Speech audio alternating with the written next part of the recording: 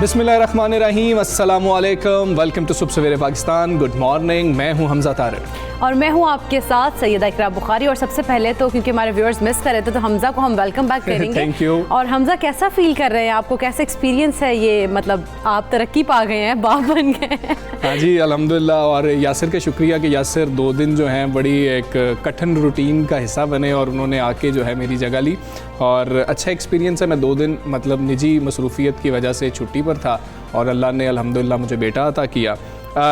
इकरा मेरे से ना पहले भी एक्सपीरियंस पूछ रही थी तो मैंने कहा मैं एक्सपीरियंस बताता हूँ कि सबको कैसा एक्सपीरियंस है। अभी शायद 36 से 40 घंटे हुए होंगे। मैंने चंद बुनियादी अपने अंदर ना कुछ तब्दीलियाँ देखी हैं और वो मैं नौजवान नस्ल के साथ ना ख़ास तौर पे शेयर करना बनती भी है। वो एक चीज़ ये है कि मुझे फ़ील ये तकरीबन 36 से 40 घंटे में हो गया कि जिस वक्त मेरा फ़ोन बज रहा होता है ना, अब्बा अम्मा की कॉल होती है और मैं नहीं ले रहा होता, तो वो क्यों परेशान हो रहे होते हैं। ये मैंने 36 से 40 घंटे में ये बात मैंने फील कर ली है कि वो परेशानी औलाद की एक्चुअली होती कि आप क्यों इतने उस फेस में, क्योंकि अब हमजा होता है तो हमजा को तो मुझे 36 से 40 घंटे में पता लग गया अगर आपकी उम्र 25 साल है, 30 बरस है, 18 साल के हैं, 20 साल के हैं, तो उन्होंने आपको 20 साल पाला हुआ है। बिल्कुल ऐसे तो उनकी परेशानी जो है वो समझ आती है। और नतीजा तो हमें ये आस कर लेना चाहिए कि पेरेंट्स को परेशान नहीं करना है आप लोगों ने और उनका कहना माने। और इस तरह की कोई सूरत हाल पैदा हो जाए कि आपको कॉल आ रही हो तो एमरजेंसी में कोई कॉल हो सकती है तो फौरी रिसीव। और फिर जब हम देर से घर जाते हैं ना तो हमारे वालिदैन क्यों जागते रहते हैं, तो ये भी बात मैं फील कर रहा हूँ और नौजवानों के लिए यही। तो हमजा को बहुत सारी चीजें फील हो रही होंगी कि खुद जो इस स्टेज पे आ गए। और आखिरी चीज़ के हम बहुत बड़े हो गए हैं ना, हम समझते हैं कि पेरेंट्स जो बात कर रहे हैं वो शायद बात ओल्ड फैशन है, ओल्ड स्कूल है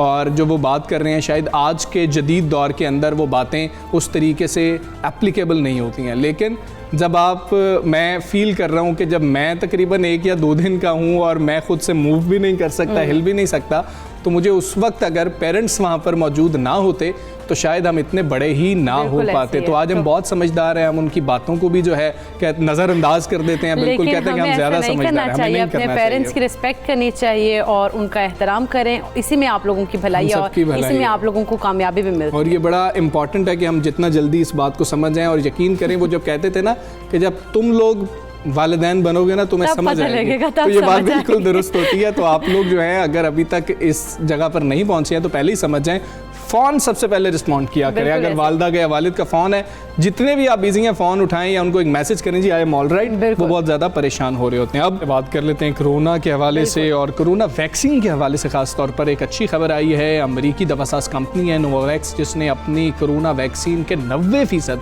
मौसर होने का दावा किया। और बिल्कुल नोवावैक्स के मुताबिक क्लिनिकल जो ट्रायल हैं उनके तीसरे मरहले में उनकी बनाई वैक्सीन कोरोना वैक्सीन में 100% तहफ़्फ़ुज़ फराहम करने में कामयाब भी रही है। और अगर बात करें नोवावैक्स की तो इस साल की तीसरी माही में कहा जा रहा है कि फूड एंड ड्रग एडमिनिस्ट्रेशन यानी FDA की मंजूरी की दरख्वास्त देने का इरादा भी रखती है। और ये दवासाज कंपनी का दावा है कि ये वैक्सीन कोरोना की दीगर परेशान कुन अक़साम के खिलाफ मजमूई तौर पर तकरीबन 93% कामयाब रही है। सिर्फ 1% अफराद ने वैक्सीन के बाद इंजेक्शन के मकाम पर हल्के या दरमियानी शिद्दत के दर्द की शिकायत की, जबकि दर्द 3 रोज से कम अरसे में खत्म। बिल्कुल ऐसा ही हमजा। और अमरीकी कंपनी के मुताबिक कहा जा रहा है कि क्लिनिकल ट्रायल के तीसरे मरहले में 18 और इससे ज्यादा उम्र के 30,000 अफराद शामिल थे, जिनका ताल्लुक बताया जाता है कि अमरीका और मैक्सिको से था। हाँ जी, ये बड़ी अच्छी बात है। इस तरह का दावा जो है सामने आया है और अगर ऐसा होता है तो ये एक बड़ी कामयाबी यकीनी तौर पर होगी। हम ये देख रहे हैं कि कोरोना केसेस की कमी जो है वो हो रही है। 1.9% मुस्बत केसेस की शरह रही है पाकिस्तान के अंदर, ये पॉजिटिव बात है। लेकिन हमने ये देखना है कि हम कितनी एहतियात कर रहे हैं। एहतियात का दामन आपने वैक्सीनेट होने के बाद भी नहीं छोड़ना। अब इस वैक्सीन के ऊपर के क्या दावा किया गया है, कब तक ये अवेलेबल होगी, हम बात कर लेंगे। हमारे साथ डॉक्टर इमरान शरीफ साहब अमेरिका से मौजूद हैं, उनसे कोशिश करेंगे। डॉक्टर साहब अस्सलाम वालेकुम, गुड मॉर्निंग। नोवावैक्स जो वैक्सीनेशन है ये सामने आई है, इस कंपनी की वैक्सीन पर क्या एतबार किया जा सकता है, ये कंपनी कैसी है, पहले तो हमें ये बताइएगा सर। जी अस्सलाम वालेकुम, गुड मॉर्निंग जी, बहुत शुक्रिया फॉर द इनविटेशन। और जी ये बहुत अच्छी खबर है हमारे लिए, बल्कि मैं कहूँगा पूरी दुनिया में तमाम लोग जो हैं उनके लिए एक अच्छी खबर है, क्योंकि हमारे पास 3 से 4 मेजर वैक्सीन थी। ये चौथी वैक्सीन जो कि अमेरिका में मोस्ट लाइकली अप्रूव होगी। इसको नोवावैक्स है, छोटी कंपनी थी लेकिन इसने कुछ और कंपनीज के साथ मिलकर ये ट्रायल कंप्लीट किया, जिसमें 29,960 इन्होंने सब्जेक्ट्स एनरोल किए थे। ठीक है। और ये इसकी एफिकेसी बिटवीन 90 to 93% है। और जितने तक स्ट्रेन हमको मिले हैं उन सब के खिलाफ ये इफेक्टिव है। और स्पेशली जो यूएस में जितने भी स्ट्रेन आ गए हैं, मैक्सिको में जितने भी स्ट्रेन आ गए हैं, जिसमें आपके पास यूके वेरिएंट है, साउथ अफ्रीकन है, ब्राजीलियन वेरिएंट है, ठीक है, और अब तो यूएस में डेल्टा तो ये बहुत ही इंकरेजिंग न्यूज़ है, क्योंकि इसका एडवांटेज होगा कि हमारे पास एक और आर्सेनल आ जाएगा हमारे वेपन्स में, और ये वैक्सीन थोड़ा सा मुख्तलिफ तरह से काम करती है as compare to messenger RNA. तो इसका कहना ये भी, कंपनी का कहना ये भी है कि ये इसको कंसिडर करेंगे वो बूस्टर डोज के लिए भी एट सम पॉइंट, तो उसके लिए भी ट्रायल वगैरह। बिल्कुल डॉक्टर साहब, जिस तरह से देखा जाए कि अगर हम इस टाइम देखें कि नोवावैक्स में भी मैदान में आ गई है, तो सप्लाई चेन में इजाफा होगा आलमी। और अब तक की अगर बात की जाए दीगर ममालिक की, तो कौन सा मुल्क सबसे जो है सप्लायर किसकी ज़्यादा है, जिसमें अगर बात की जाए वैक्सीन की? देखें, ये वैक्सीन जो होपफुली इमरजेंसी यूज़ ऑथराइजेशन के लिए सून चली जाएगी। इस वक्त हम जून में हैं, तो ये इनका कहना ये है कि अगले 1-2 महीने में तो इनकी मास प्रोडक्शन जो है, इनका कहना ये 100 मिलियन एटलीस्ट एवरी मंथ करेंगे, और उनका कहना ये 1.1 बिलियन डोजेज ये प्रोड्यूस करेंगे, जो कि आप देखें पॉपुलेशन दुनिया की 10 बिलियन अगर ये कवर कर लेता है, बाकी फाइजर, मॉडर्ना, जॉनसन एस्ट्राजेनेका भी कवर कर लेता है, तो बहुत अच्छा है। और उसके अलावा इनका कहना ये है, इन्होंने जो थर्ड वर्ल्ड कंट्रीज हैं उनके साथ कुछ राब्ते में हैं, उनसे इन्होंने कुछ कंफर्मेशन किए हैं, उनको काफ़ी अमाउंट में वैक्सीन प्रोड्यूस करेंगे, जो कि बहुत इंपॉर्टेंट है। जैसे हमारा पाकिस्तान फैक्ट्री हो गया, जहाँ पे लोगों के पास बिल्कुल अवेलेबिलिटी नहीं है। कुछ अफ्रीकन ममालिक हैं, वहाँ तो सिर्फ फ्यू थाउजेंड डोजेज ही लगे हैं। तो ये बहुत अच्छी न्यूज़ है कि हमारे पास एक और कंपनी आ गई है जो कि ऑलमोस्ट 93% इफेक्टिव है, जितने भी जो प्रेडोमिनेंट स्ट्रेन हैं उनके खिलाफ। और इसकी एक अच्छी चीज़ ये है कि इस वैक्सीन को लगवाने से आप मॉडरेट या सीवियर डिजीज जो कोविड करता है उससे प्रोटेक्ट होते हैं ऑलमोस्ट 100%। बहुत इंपॉर्टेंट चीज़ है वो। ओके। तो डॉक्टर साहब, ये भी बताइएगा हमें कि हम बच्चों का देख रहे हैं, ये अगर हम बात करें जो सैंपल हम तक इन्फॉर्मेशन पहुंची 18 साल से ज़ायद उम्र के लोगों का ही लिया गया है, 1 से 2 महीने लग जाएंगे जैसे आप कह रहे हैं, बच्चों के ऊपर भी काम हो रहा है, टीनेजर्स पर काम हो रहा है। जी हाँ, इनके जो ट्रायल्स हैं वो बच्चों के ऊपर भी इस पर काम कर रहे हैं, एजेस 12 to 18। तो होपफुली जिस तेज़ी से ये काम चल रहा है, जिस तेज़ी से रिसर्च चल रही है कोविड की, बहुत जल्दी आई थिंक हमें उनका भी रिजल्ट मिल जाएगा। तो ये बच्चों में भी यूज़ होनी शुरू हो जाएंगी मोस्ट लाइकली, जो मेरी एनालिसिस है और जो डेटा वगैरह रिव्यू किया है। अच्छा डॉक्टर साहब, इस बारे भी कहिएगा कि जिस तरह से हम देख रहे हैं कि कोरोना वैक्सीनेशन का अमल हर मुल्क में तेज़ी से जा रहा है, तो कब तक ये टारगेट अचीव कर लिया जाएगा कि तमाम तर ममालिक जो हैं अपने जो मुल्क में अवाम है उसको वैक्सीनेट करा लेंगे? कितना अर्सा लग सकता है इस तमाम तर अमल को मुकम्मल होने में? जी, आपने सवाल ये बहुत इंपॉर्टेंट सवाल किया और बहुत अच्छा सवाल किया है। हर्ड इम्यूनिटी जो हमारा यूएस में, आपको मैं एग्जांपल देता हूँ यूएसए की, तो हमारा कोशिश यही थी कि हम हर्ड इम्यूनिटी रीच कर लें, लेकिन बहुत मुश्किल हो रहा है। तो अब कोशिश ये हो रही है कि एटलीस्ट एक डोज तो आप लगवाएं लोगों को, at least 60-70% of the population, 2 doses 70% of the population या 80% ऑफ द पॉपुलेशन, डिपेंडिंग कि आप किस डेफिनेशन लेते हैं हर्ड इम्यूनिटी की, आपको लगवाना पड़ेगा। लेकिन वो बहुत मुश्किल है उसको अचीव करना। तो कोशिश यही है कि एक डोज तो आप एटलीस्ट 70% ऑफ द पॉपुलेशन को लगवा दें। अब एक अच्छी चीज़ जो हमें देखने में आ रही है वो ये कि बच्चों में अब वैक्सीन काफ़ी शुरू हो गई है, तो उससे जो हर्ड इम्यूनिटी की रेशियो है वो बढ़ जाएगा। और जो बाकी ममालिक हैं, आप देख लें कि यूके में काफ़ी तेज़ी से वैक्सीनेशन हो रहे हैं, यूरोपियन कंट्रीज़ में हो रहे हैं, लेकिन जो थर्ड वर्ल्ड कंट्रीज़ हैं उसमें प्रॉब्लम है। और जिसके लिए इस तरह की कंपनीज, नोवावैक्स जैसी कंपनीज बहुत इंपॉर्टेंट हैं, क्योंकि अगर हम थर्ड वर्ल्ड कंट्री के अंदर इस डिजीज़ को हैंडल नहीं करेंगे तो ऑटोमेटिक वो वहाँ से, जैसे आप किसी अफ्रीकन कंट्री का नाम लें, वो वहाँ से फिर वो पूरी दुनिया में फैल जाएगा, क्योंकि ट्रैवल के थ्रू वो पहुँच जाएगा। तो ये हार्ड इम्यूनिटी और जितनी ज़्यादा हम वैक्सीनेशन कर सकते हैं।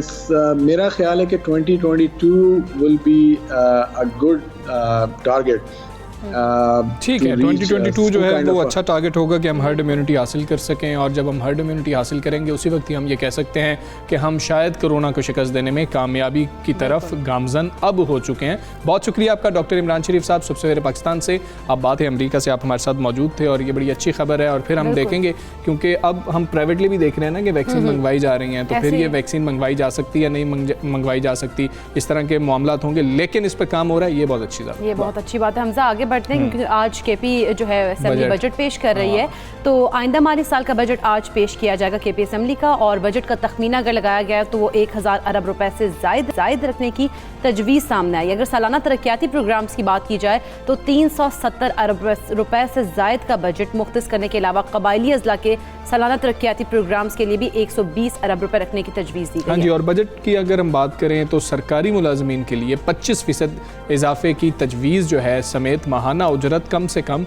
21,000 रुपए करने की तजवीज़ भी दी जा रही है। और ग्रेड 19 से ग्रेड 22 के मुलाजमीन के लिए 10% जो है तनख्वाहों में इजाफे की तजवीज़ रखी गई है। बिल्कुल ऐसे ही। अगर सेहत कार्ड की बात करें तो उसमें जिगर की पेवंदकारी और ओपीडी को शामिल करने की भी तजावीज़ सामने आई हैं। अगर किसान कार्ड की बात की जाए तो गरीबों के लिए राशन कार्ड देने की तजवीज़ भी इस बजट में पेश की गई है। अच्छा, एहसास प्रोग्राम की बात करें ना तो वो उसके तहत कबायली अजला में वजीफ़ा देने की तजवीज़ है। ख़ास एक चीज़ जो है जो बहुत इंपॉर्टेंट है, जिसका हमें जिक्र भी करना है, फ़नकारों अदाकारों की इमदाद के लिए 500 मिलियन रुपए इंडोमेंट फंड रखने की तजवीज़ भी शामिल की गई है। अच्छी तजवीज़ है, क्योंकि हम देखें तो इस पैंडेमिक में जो पूरी सूरत हाल थी, इसमें जो अदाकार बरादरी है उसको बहुत ज़्यादा लॉस हुआ, क्योंकि हमारे सिनेमाज बंद हैं, इंडस्ट्री सारी क्लोज थी, तो सबसे ज़्यादा जो तबका पैसा है वो अदाकार फिर हम देखते हैं ना कि अदाकार जिस वक्त मतलब हम देखते हैं वो बीमार होते हैं और उनकी वो कसम पुरसी की ज़िंदगी बसर कर रहे होते हैं, उस वक्त कोई उनकी सरपरस्ती करने वाला नहीं होता, तो उसके लिए भी के बाद कोई पूछता ही नहीं अदाकार बरादरी को। और अब बात करेंगे इसी हवाले से कि क्या तजावीज़ हैं, कैसा बजट आने जा रहा है। खैबर पख्तूनख्वा के वज़ीर बराए मेहनत और सकाफ़त शौकत यूसुफ़ज़ई साहब ने हमें ज्वाइन किया है। शौकत यूसुफ़ज़ई साहब, अस्सलाम वालेकुम, गुड मॉर्निंग। खैबर पख्तूनख्वा के जो बजट हैं उसके सेलिएंट फीचर्स क्या हैं, कुछ जो हमें मालूम हुए हमने बताए, आप भी बता दीजिएगा। बिस्मिल्लाहिर्रहमानिर्रहीम। खैबर पख्तूनख्वा का 1100 अरब से ज़्यादा का बजट है, और इसमें आप देखें कि जो सेटल एरिया जो पहले से खैबर पख्तूनख्वा था वो 270 अरब उसके लिए डेवलपमेंटल बजट रखा गया था। इसी तरह 100 बिलियन जो है वो मर्ज एरिया के जो अजला हैं उनके लिए रखा गया। और पहली दफ़ा मैं समझता हूँ कि जो ओन रिसीप्ट हैं जो सूबे के अपने महासिल हैं उसमें का खातिर ख्वाह इजाफ़ा हुआ है, तकरीबन कोई 54 बिलियन रुपए तक पहुँचा है, जो एक रिकॉर्ड है। और इसके अलावा बजट के अंदर किसी किस्म का कोई टैक्स नहीं लगाया गया, और सरकारी मुलाजिमीन को काफ़ी रिलीफ दी गई है। और उसमें आप देखें 25% बेसिक सैलरी के ऊपर जो है वो सैलरी में इजाफ़ा भी किया गया है। और इसके साथ साथ जो क्लास फोर्स हैं उनको उनके मुख्तलिफ जो उनके शूज़ हैं, उनके वर्दियाँ हैं, इसी तरह 1 से लेकर 16 तक जो पुलिस हैं उनके रिस्क अलाउंस में इजाफ़ा किया गया। टीचर्स को बहुत ज़्यादा मराद दी गई हैं, उसमें डिस्पैरिटी अलाउंस में इजाफ़ा किया है 20%, इसी तरह जो 25% इंक्रीज़ हुआ है सैलरी में। तो मैं समझता हूँ कि ओवरऑल अगर हम देखें तो बेहतरीन बजट है। और अगर हम कोरोना की सूरत हाल को पेश नज़र रखें तो उसमें मैं समझता हूँ कि इससे बेहतर बजट ना तो पेश किया जा सकता है और न ही मुमकिन है। इन तमाम तर मुश्किलात को देखने कर मैं कह सकता हूँ कि बहुत ही ज़बरदस्त बजट है। मुख्तलिफ़ सेक्टर्स को इसमें देखा गया है, उनकी मुश्किलात को कम करने के लिए काफ़ी बेहतरीन लाई गई। साहब, अगर बात की जहत के और तालीम के शोबे की तो खैबर पख्तूनख्वा हुकूमत इस बार कितना फोकस करिए तालीम और सेहत पर, और ख़ास तौर पर अगर बात की जाए सेहत कार्ड की तो इसको मज़ीद बेहतर बनाने के लिए बजट में क्या तजावीज़ पेश की गई हैं? जब बजट पेश होता है आपको पता है कि सबसे ज़्यादा एजुकेशन के लिए मुख्तस किया जाता है और दूसरे नंबर पर हेल्थ होता है। हाँ जी। इस दफ़ा अगर आप देखें तो हेल्थ के अंदर तो बिल्कुल मैं समझता हूँ कि इनकलाबी इक़दाम उठाए गए हैं। काफ़ी जो बड़े बड़े अमराज थे वो उनको शामिल किया गया, और जो सबसे अहम कदम जो उठाया गया है वो है सेहत इंसाफ कार्ड के अंदर लीवर ट्रांसप्लांट को शामिल करना। ये इतना बड़ा इशू था कि इस पे ऊपर 50 लाख से लेकर 60 लाख रुपए तक खर्चा आता है और पेशेंट नहीं अफोर्ड कर सकते। और इस दफ़ा जो 2-3 महीनों का अगर हम फिगर उठा के देख लें, पूरे सूबे को कवरेज मिल रही है, इंक्लूडिंग फाटा। और उसके अंदर आप देखें तो बहुत ज़्यादा दिल के अमराज के मरीज़ों के इलाज हुए हैं, उसमें लोगों को फ़ायदा हुआ है। इसी तरह उसके अंदर किडनी ट्रांसप्लांट, इसके अंदर बोन मेरो ट्रांसप्लांट, ये सारे इसमें ग्रेजुअली शामिल कर रहे हैं हम। लेकिन जो सबसे अच्छी बात है वो ये कि लीवर ट्रांसप्लांट जो है वो ऐसा मरज़ है जो आम आदमी अफोर्ड नहीं कर सकता। या तो वो अपने घर बेचता या फिर उधार लेता, लेकिन इतनी बड़ा उधार भी कोई नहीं देता है। तो एक इनकलाबी स्टेप उठाया गया और मैं समझता हूँ कि इस बहुत सारे लोगों को फ़ायदा होगा जो अच्छा। शौकत यूसुफ साहब ये बताइएगा, खैबर पख्तूनख्वा के बजट में सनती तरक्की और दीगर तरक्याती मंसूबों पर कितना फोकस किया गया है? देखिए, मैं समझता हूँ कि जो हमारा बजट है उसमें बहुत सारे सेक्टर्स को देखा गया है। उसमें टूरिज़म है, हमारा जो पेडो है उसके ज़रिए जो बिजली बनाने का, हमारा जो सस्ती बिजली पैदा करने के लिए जो इक़दाम हैं, तो इसी तरह फोकस किया गया है इंडस्ट्रियलाइजेशन पर कि हम अपनी सनतों को कैसे तरक्की दे सकते हैं। तो उसके हवाले से भी जो सूबा बिजली पैदा करता है वन व्हीलिंग सिस्टम के जिस तरह पेहूर के अंदर हुआ कि हम एक तो उससे सूबे को भी फ़ायदा होगा, क्योंकि हम जो बिजली पैदा करते थे फिर वफाक को देते थे, वो हमसे 2-2.5 रुपये यूनिट के हिसाब से लेते और फिर वापस हम पे 13 रुपये के ऊपर बेचते। और वो भी जो हमें आप बड़ी मुश्किल से NHP के अंदर हमें हमारा शेयर जो है पूरा मिलता था। लेकिन इस दफ़ा जो हुआ है वो वन व्हीलिंग सिस्टम के तहत जो इक़दाम उठाए गए हैं उसमें तकरीबन 7 रुपये जो है वो इंडस्ट्री को पड़ता है।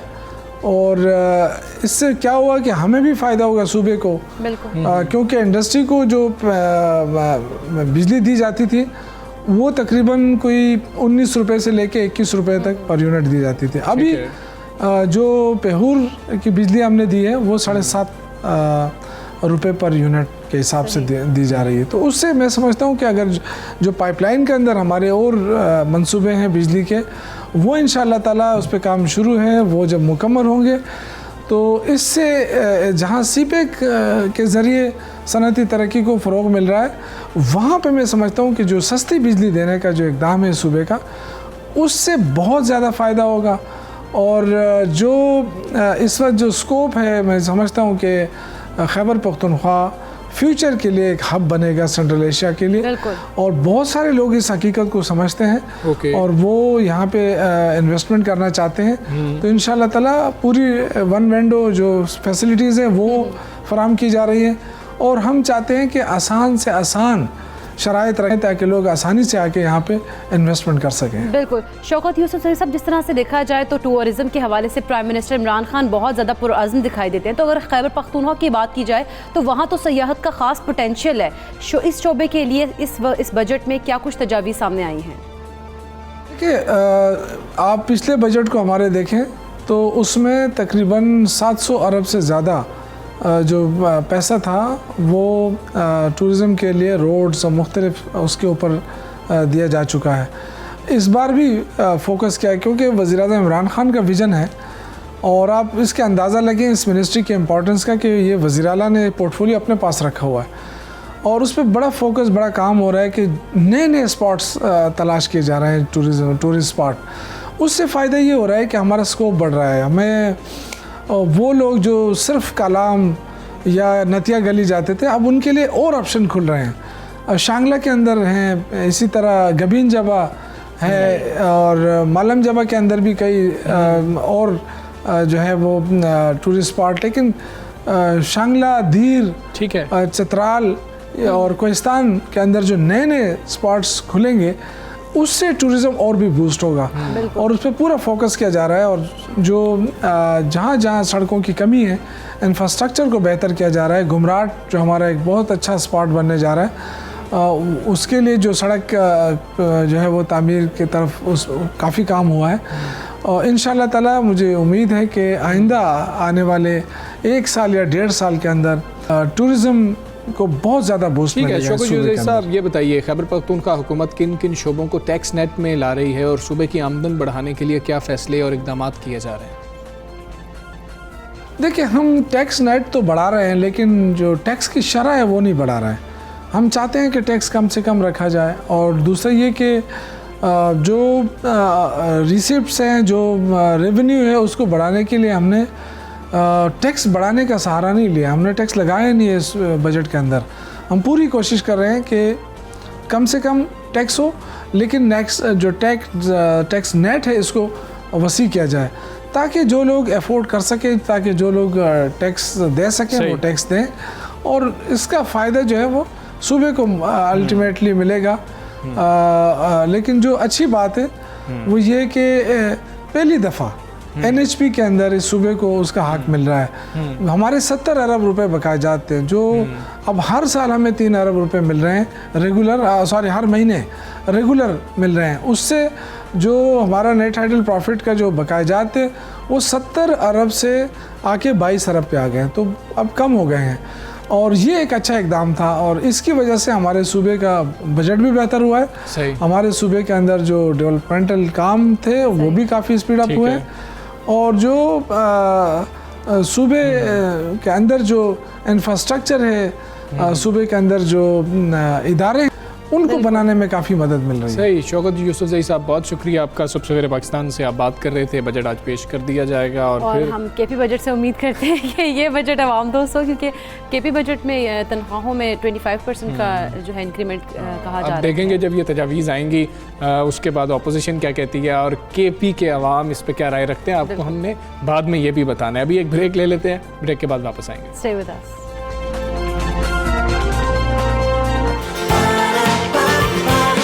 सुबह सवेरे पाकिस्तान, सुबह सवेरे पाकिस्तान।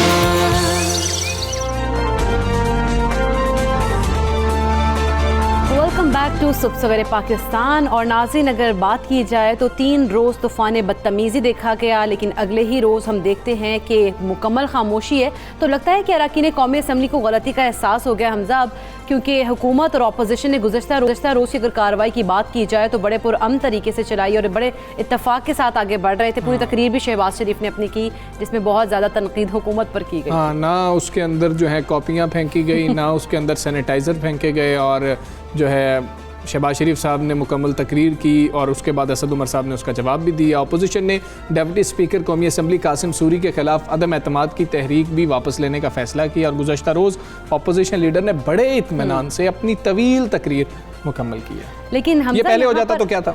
यही तो है ना सवाल, ये कि इसी खुश अखलाकी के साथ और सब्र तहम्मुल का मुजाहरा करते हुए क्या हुकूमत आइंदा भी ऐसे ही करेगी? क्योंकि अगर हम देखें तो 3 रोज़ में तो तकरीर करने का मौका ही नहीं दिया गया शहबाज शरीफ साहब को, लेकिन कल उन्होंने जब अच्छे तरीके से तकरीर कर ली है और उन्होंने हमले भी भरपूर किए हैं हुकूमत के ऊपर, और काफ़ी तनकीद का निशाना भी बनाया इमरान खान को खास तौर पर। उन्होंने कहा कि वो तो ऐवान में मौजूद ही नहीं है।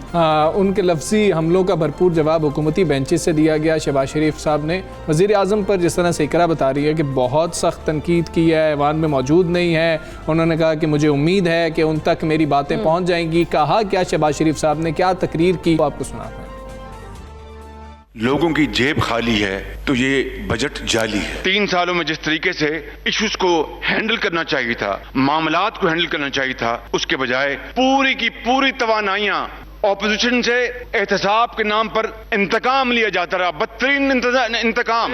जो बोलता है उसको नायब नियाजी गठजोड़ जो उसको पकड़ ले, हाथ फैलाने वाला वो तो फैसला कर ही नहीं सकता, वो तो हमेशा डिक्टेशन लेगा। मुल्क को तो महंगाई के तूफान में इन्होंने बर्बाद कर दिया। इन 3 सालों में 2 करोड़ लोग गुर्बत की लकीर से नीचे गहरी गार में धकेले गए कि अगर पंजाब तरक्की करता और बाकी सूबे तरक्की नहीं करते तो वो पाकिस्तान की तरक्की नहीं है। पाकिस्तान की तरक्की तब है जब पूरा पाकिस्तान तरक्की करता है। तो ये तो थी शहबाज शरीफ की तनकीद, लेकिन वफाकी वज़ीर असद उमर की जानिब से भी अपोजिशन लीडर को करारा जवाब दिया। और उन्होंने कहा कि जी शहबाज शरीफ साहब, इमरान खान के पार्लियामेंट में आने पर आप शिकायत करें, लेकिन नवाज शरीफ को तो पाकिस्तान लेके आए, हम भी चाहते हैं कि पाकिस्तानियों के साथ वो ज़िंदगी गुजारें। और रही सही कसर तो हमजा वफाकी वज़ीर फवाद चौधरी ने भी अपने ट्विटर अकाउंट पर निकाल दिया, ट्वीट की हाँ जी कि शहबाज शरीफ की 3 दिन की तकरीर को असद उमर ने 1 घंटे में ऐसा उधेड़ कर रख दिया है कि उनका जो स्वेटर बुनने वाले हैं ना वो उनको क्या उधेड़ते होंगे। और एक सवाल का जवाब और ऐसा लाजवाब कर दिया कि शहबाज शरीफ आंखों में देख भी नहीं पा रहे थे। असद उमर साहब ने क्या कहा, आपको वो सुना देते हैं। लीडर ऑफ ऑपोजिशन को अपने ऐवान के अंदर खड़े होकर 20 मिनट तक यह बताना पड़ा कि उन्होंने डेंगू के वक्त क्या किया था। पाकिस्तान की तरह कोरोना का मुकाबला किया होता तो खरबों डॉलर बचाता अमेरिका। आलमी सेहत का इदारा वर्ल्ड हेल्थ ऑर्गेनाइजेशन कहती है दुनिया में 5 मुल्क हैं जिनसे सीख सकती है दुनिया कि कोरोना का दिफा कैसे किया जाता है। पाकिस्तान उन 5 में से एक है। कौम का पैसा कौम की अमानत होता है। वो गए अपना रिकॉर्ड लेके सुप्रीम कोर्ट के सामने रख दिया और सुप्रीम कोर्ट ने गवाही दी कि यह शख्स सादिक भी है और अमीन भी है। 3 दफा वफाक में हुकूमत होने के बाद, 4 दफा सूबे में हुकूमत होने के बाद काश एक अस्पताल ऐसा होता। क्या मियाँ साहब कहते हैं मुझे इस अस्पताल के सेहत में जो काम किया जा रहा है, जो इलाज किया जा रहा है उस पर यकीन है, मैं इस अस्पताल में जाऊंगा, मैं बाहर मुल्क में नहीं जाता। काश एक अस्पताल ऐसा बना होता। हम एक कदम आगे जाने को तैयार हैं और खुले दिल के साथ हम उस कमेटी के अंदर बैठ जाएंगे। हाँ जी, ये वो जवाब था जो आपने सुना, जो अपोजिशन लीडर शहबाज शरीफ की तकरीर के बाद असद उमर साहब ने दिया। और हुकूमती बेंचेस की जानिब से बहुत दफ़ा जो है उनको दाद दी गई कि आप बड़ी अच्छी गुफ्तगू कर रहे हैं, जिसके बाद बहुत ज़्यादा वेल्डन कहा गया। हुकूमती बेंचेस जो हैं वो खासे खुश थे। लेकिन बात यह है कि अगर 3 रोज़ बाद हम इस पर इत्तेफाक कर सकते हैं तो हम पहले इस पर इत्तेफाक क्यों नहीं कर सकते। और हमने तमाशा जो है ना लगा रखा था और सब लोग देख रहे थे।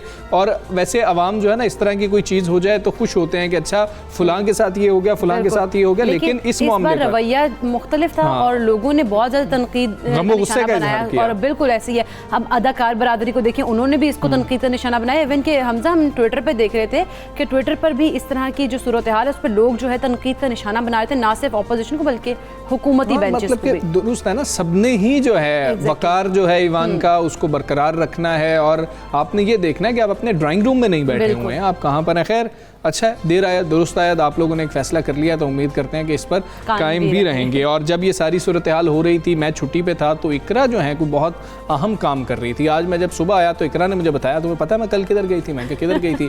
कहते कि जी अपने तर्ज का साउथ एशिया में पहला एक वॉक थ्रू वैक्सीनेशन सेंटर जो है, corona vaccination centre, drive through vaccination centre जो है हमजा वो बनाया गया ड्राइव थ्रू कज़ाफ़ी स्टेडियम में बनाया गया। और इससे जो है हमारी आवाम को बड़ी सहूलत जो है प्रोवाइड की गई है डीसी लाहौर की जानिब से।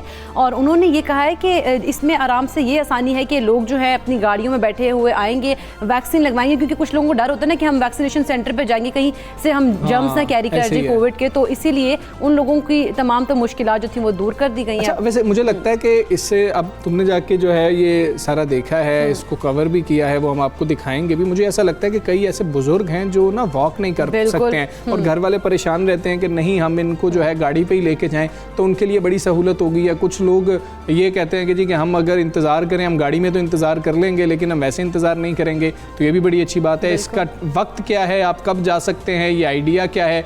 इकरा ने वहाँ पर जाके डीसी लाहौर के साथ ये चीज़ें देखी हैं, मामलात को देखा है, लोगों की राय भी जानने की कोशिश की है। तो आपको ये दिखाते हैं कि ये जो साउथ एशिया का पहला ड्राइव कोरोना वैक्सीनेशन सेंटर है, ये लगता कैसा है। बिल्कुल जी। तो व्यूअर्स, आप सोचते होंगे कि भाई सुबह सवेरे पाकिस्तान में हम सुबह सुबह से मुलाकात करते हैं, तो रात की इन औकात में मैं इस वक्त मौजूद हूँ, तो मैं यहाँ पे क्या कर रही हूँ? तो मैं यहाँ पर आप लोगों के लिए मौजूद हूँ, आप लोगों को गाइड करने के लिए यहाँ पे मौजूद है कि आप लोगों ने SOPs पर अमल करना है। क्योंकि कोविड के केसेस बेशक कम हो रहे हैं, लेकिन उसके साथ साथ अपने आप को वैक्सीनेट लाजमी कराएं। आप मेरे पीछे देख भी सकते हैं, गाड़ियों की लंबी कतारें मौजूद हैं और बड़े अच्छे तरीके से एक इनिशिएटिव लिया गया है डीसी लाहौर मुदस्सिर रियाज मलिक साहब की जानिब से कि यहाँ पर कज़ाफ़ी स्टेडियम लाहौर में एक ड्राइव थ्रू वैक्सीनेशन सेंटर कायम किया गया है।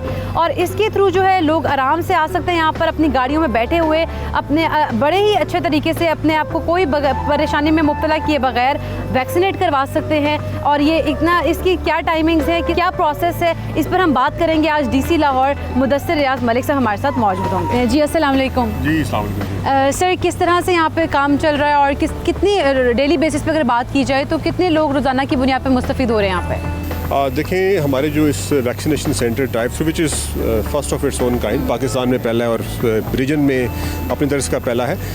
हमारे पास 2000 पर डे की कैपेसिटी है और हम 1700-1800 तक एवरेज पर डे पे जा रहे हैं। आप देखें लोगों की लाइंस लगी हुई हैं। बिल्कुल। अच्छा, ये बताइएगा कि जिस तरह से हम देख रहे हैं कि काफ़ी लोग तो यहाँ पे आ रहे हैं, लेकिन लोगों को क्या सेटिस्फाई हैं लोग इस जो वैक्सीनेशन सेंटर है यहाँ पर, और क्या प्रोसेस है, टाइमिंग्स क्या है? फर्स्ट प्रोसेस हमारा ये है रजिस्ट्रेशन का।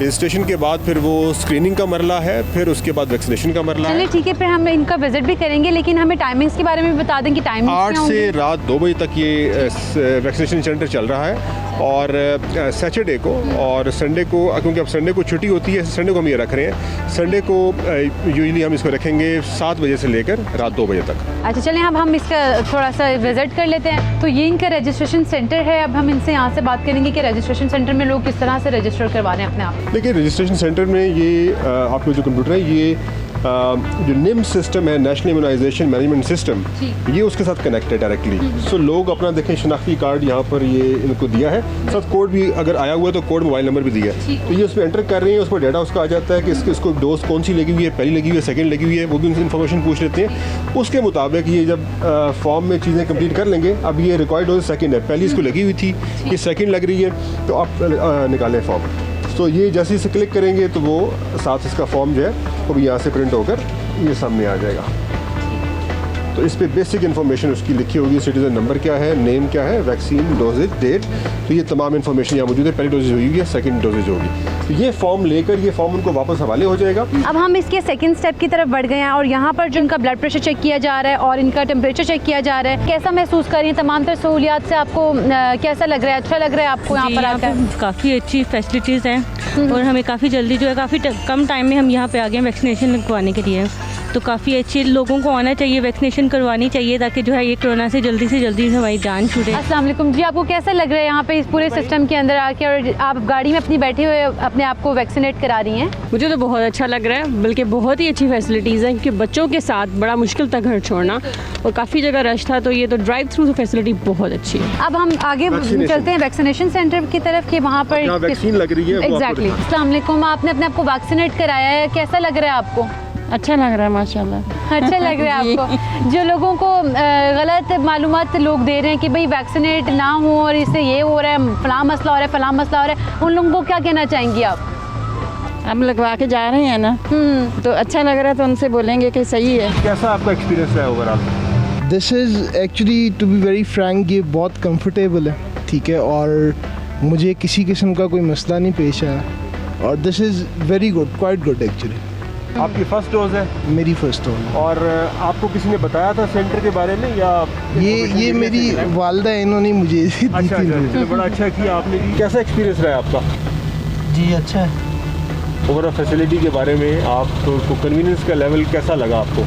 फैसिलिटी के बारे में तो अच्छा है वैसे, बहुत ज़्यादा। अच्छा, आपको वैक्सीनेट कराया है और आपको यहाँ पर जो सहूलियात हैं, कितने आप इनसे मुतमईन हैं? काफ़ी ज़्यादा मुतमिन हूँ और ठीक है, मैं तो वैसे भी बिलोंग मिडिल क्लास से रखता हूँ, तो बाइक पे आया था तो ये करवा नहीं रहे थे, तो फिर ये इनसे मैंने लिफ्ट ली है, तो इनका भी शुक्रिया सबका, और मैंने कहा करवा लूँ, अच्छा होता है, क्योंकि मुझे डायबिटीज़ है, उसकी वजह से मैंने मुनासिब समझा कि करवा लूँ।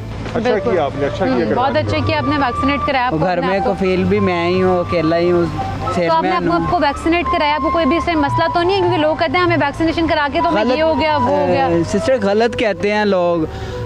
हुकूमत इक़दाम जो कर रही है ना, हमारी जान माल के लिए ही कर रही है, और उनको तो बेलौस कर रही है ना। वो कुछ कहते हैं गलत है, मानना है कि वो होंगे कुछ, मगर इस मामलात में वो बिल्कुल ठीक है। तो this is the last step जहाँ से भी हम गुजरे हैं, ये वैक्सीनेशन होगी इनकी।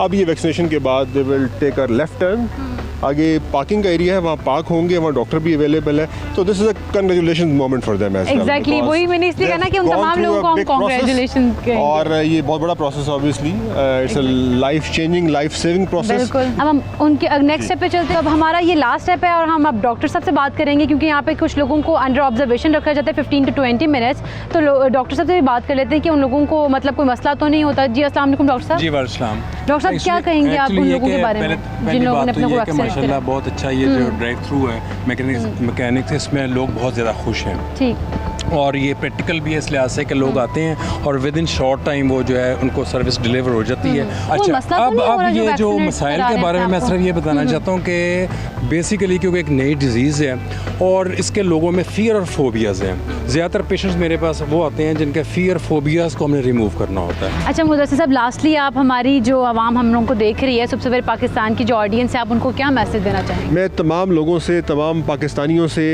ये गुजारिश करता हूँ और तमाम लाहौर के लोगों से कि प्लीज़ अपने आप को वैक्सीनेट करवाएं, फ़ियर में ना रहें, डिसइंफॉर्मेशन पे यकीन ना करें, सोशल मीडिया की अनरिलायबल इन्फॉर्मेशन पे यकीन ना करें। आएँ यहाँ पर हमारे वैक्सीनेशन सेंटर्स पे billions of rupees government invest कर रही है आपके तहफ़्फ़ुज़ के लिए। अपने आप को वैक्सीनेट करवाएं, अपने लिए अपने प्यारों के लिए इस मुल्क को ओपन करें, इकॉनमी को ओपन करें, रोज़गार को बहाल करें। बिल्कुल, रोज़गार को बहाल करना है। और जिस तरह से डीसी साहब ने हमें पूरे सेंटर का विज़िट कराया, यकीनन ये एक बहुत ही अच्छा इक़दाम किया गया डीसी लाहौर की जानिब से और हम इनका बहुत ज़्यादा शुक्रिया अदा करेंगे। और दूसरा, आप लोगों के लिए एक हम मैसेज देंगे कि आप लोग आएँ, आप लोगों के लिए वैक्सीनेशन सेंटर कायम किया गया, अपने आप को वैक्सीनेट कराएँ।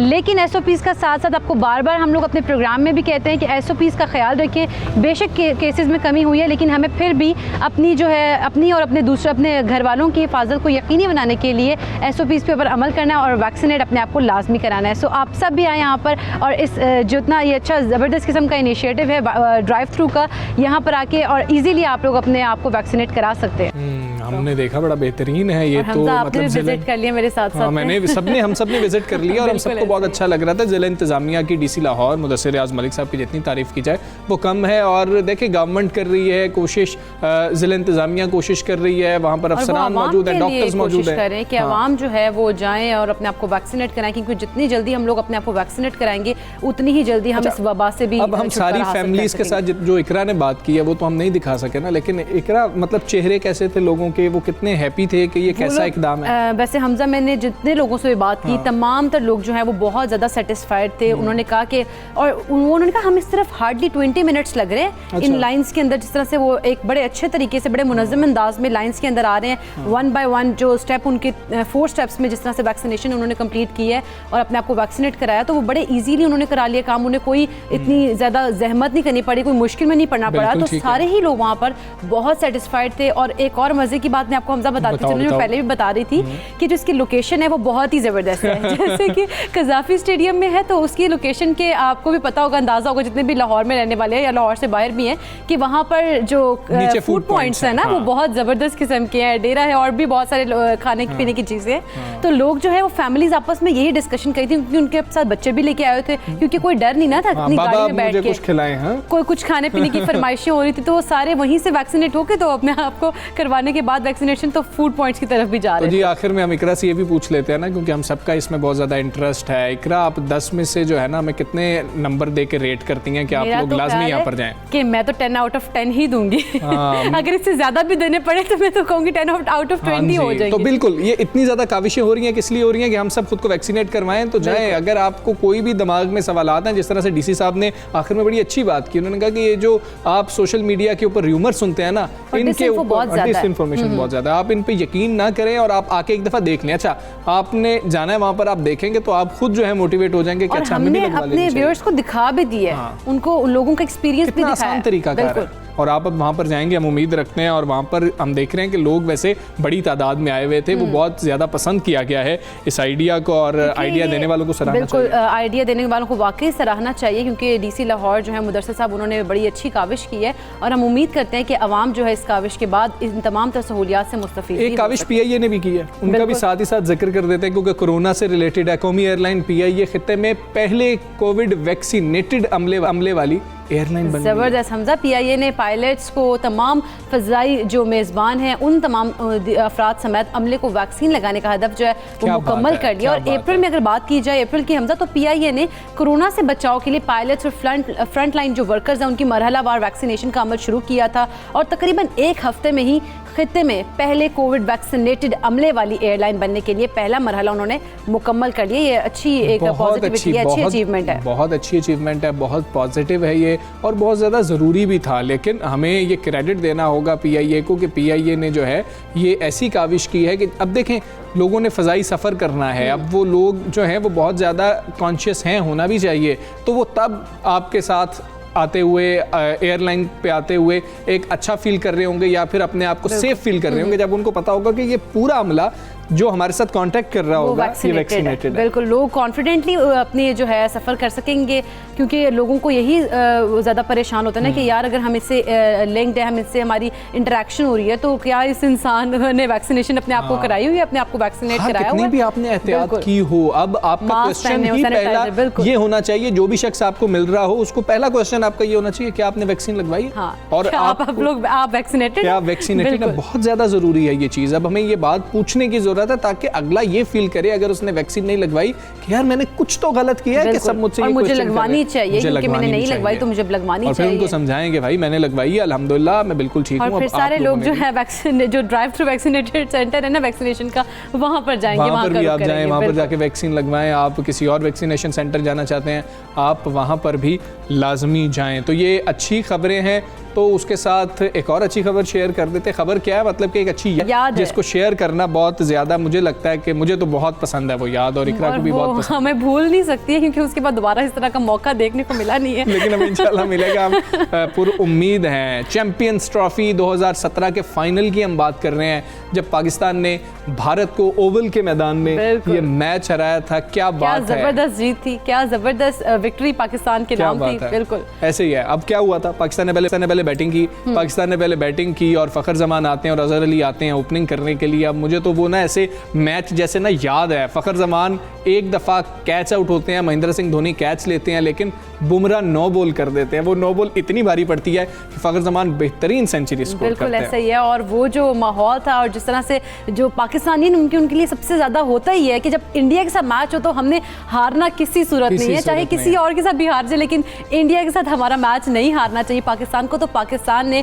जो अपने पाकिस्तानी हैं उनको खुश किया था, बल्कि जहां दुनिया भर में पाकिस्तानी मौजूद है उन तमाम कोई पाकिस्तानियों ने उस वक्त में खुश किया था। और ये जो मैच है चैंपियंस ट्रॉफी अपने नाम की थी। अच्छा, यकीनन बड़ी अच्छी याद है। 338 रन स्कोर किए थे पाकिस्तान ने, 338, 4 खिलाड़ी पाकिस्तान के आउट हुए थे और फिर जो है भारतीय पूरी टीम को उन्होंने आउट कर दिया था 158 रन पे। अभी मोहम्मद आमिर की हम क्या बात करें, मोहम्मद आमिर ने क्या बेहतरीन स्पेल किया था। विराट कोहली का कैच ड्रॉप भी हुआ था अजहर अली से, लेकिन उसके बाद जो है अगली गेंद पर शादाब ने बेहतरीन कैच पकड़ लिया था और विराट कोहली को आउट किया था। 3 खिलाड़ी आउट किए गए थे। लेकिन मोहम्मद आमिर की अगर बात कर ली जाए, जितना वो उनका स्टार्ट इतना बेहतरीन था, लेकिन कुछ ऐसी वैसी चीज़ें हुई जिससे अब जो है मसाइल पैदा हो गए।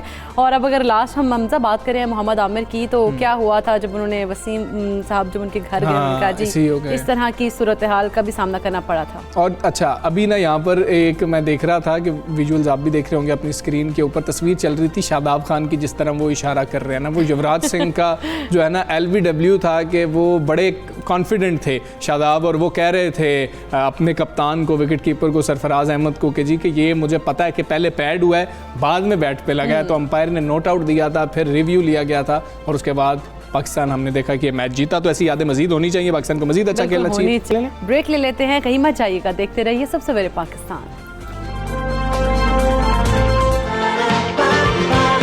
सुबह सवेरे पाकिस्तान, सुबह सवेरे पाकिस्तान।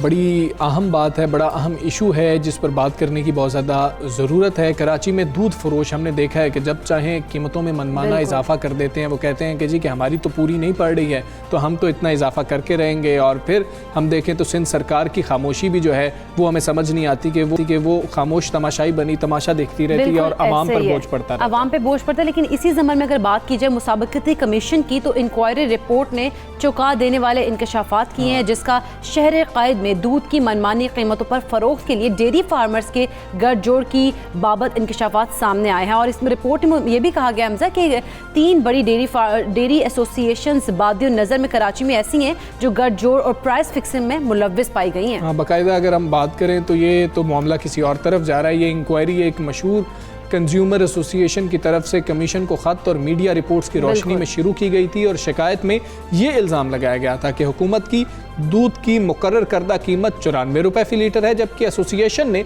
मिली भगत से 120 रुपए फ़ी लीटर पर फरोख्त किया। इतना ज़्यादा इजाफा नुकसान किया कितना हुआ है? बिल्कुल नुकसान तो हुआ है, लेकिन बोझ जो है वो आवाम पे आया, जैसे सारिफीन, क्योंकि अगर देखा जाए तो 13 करोड़ रुपए रोजाना या 47 अरब रुपए सालाना का नुकसान उठा रहे हैं। और दुकानदारों की अगर बात की जाए तो फिक्स रेट पर दूध फरोख्त ना करने की सूरत में उन्हें सप्लाई बंद करने की धमकियां भी मुसलसल दी जा रही है। मतलब एक मुकम्मल जो है एक मैकेनिज्म बनाया गया, एक प्लान तश्कील दिया गया है। जो सूरत हाल है, जो ये रिपोर्ट है, उसके मुताबिक ऐसा लग रहा है कि जी कि कहा गया कि अगर तुम इस रेट पर नहीं बेचोगे भाई, तुमने हुकूमती रेट पर बेचना, तो फिर तो तुम्हें दूध हम पहुंचाएंगे ही नहीं, तो तुम बेचोगे क्या जब दूध ही नहीं होगा। और अवामी रद्द-ए-अमल पूरी दुनिया से, पूरे पाकिस्तान से हमने जानने की कोशिश की है कि अवामी रद्द-ए-अमल क्या है। हम ये कराची की बात कर लें, लाहौर की बात कर लें, कोयटा की बात कर लें, पेशावर की बात कर लें, पूरे पाकिस्तान में एक मसला है कि लोग पहले तो कहते हैं कि दूध महंगा मिलता है, दूसरे कहते हैं खालिस नहीं मिलता। बिल्कुल खालिस नाम नहीं मिलता, ये तो अवाम मतलब शिकवा करती है, लेकिन अवाम कह रहे हैं, हम अपने व्यूअर्स को वही की ये पोजीशन है कि किसी भी दुकान से अगर आप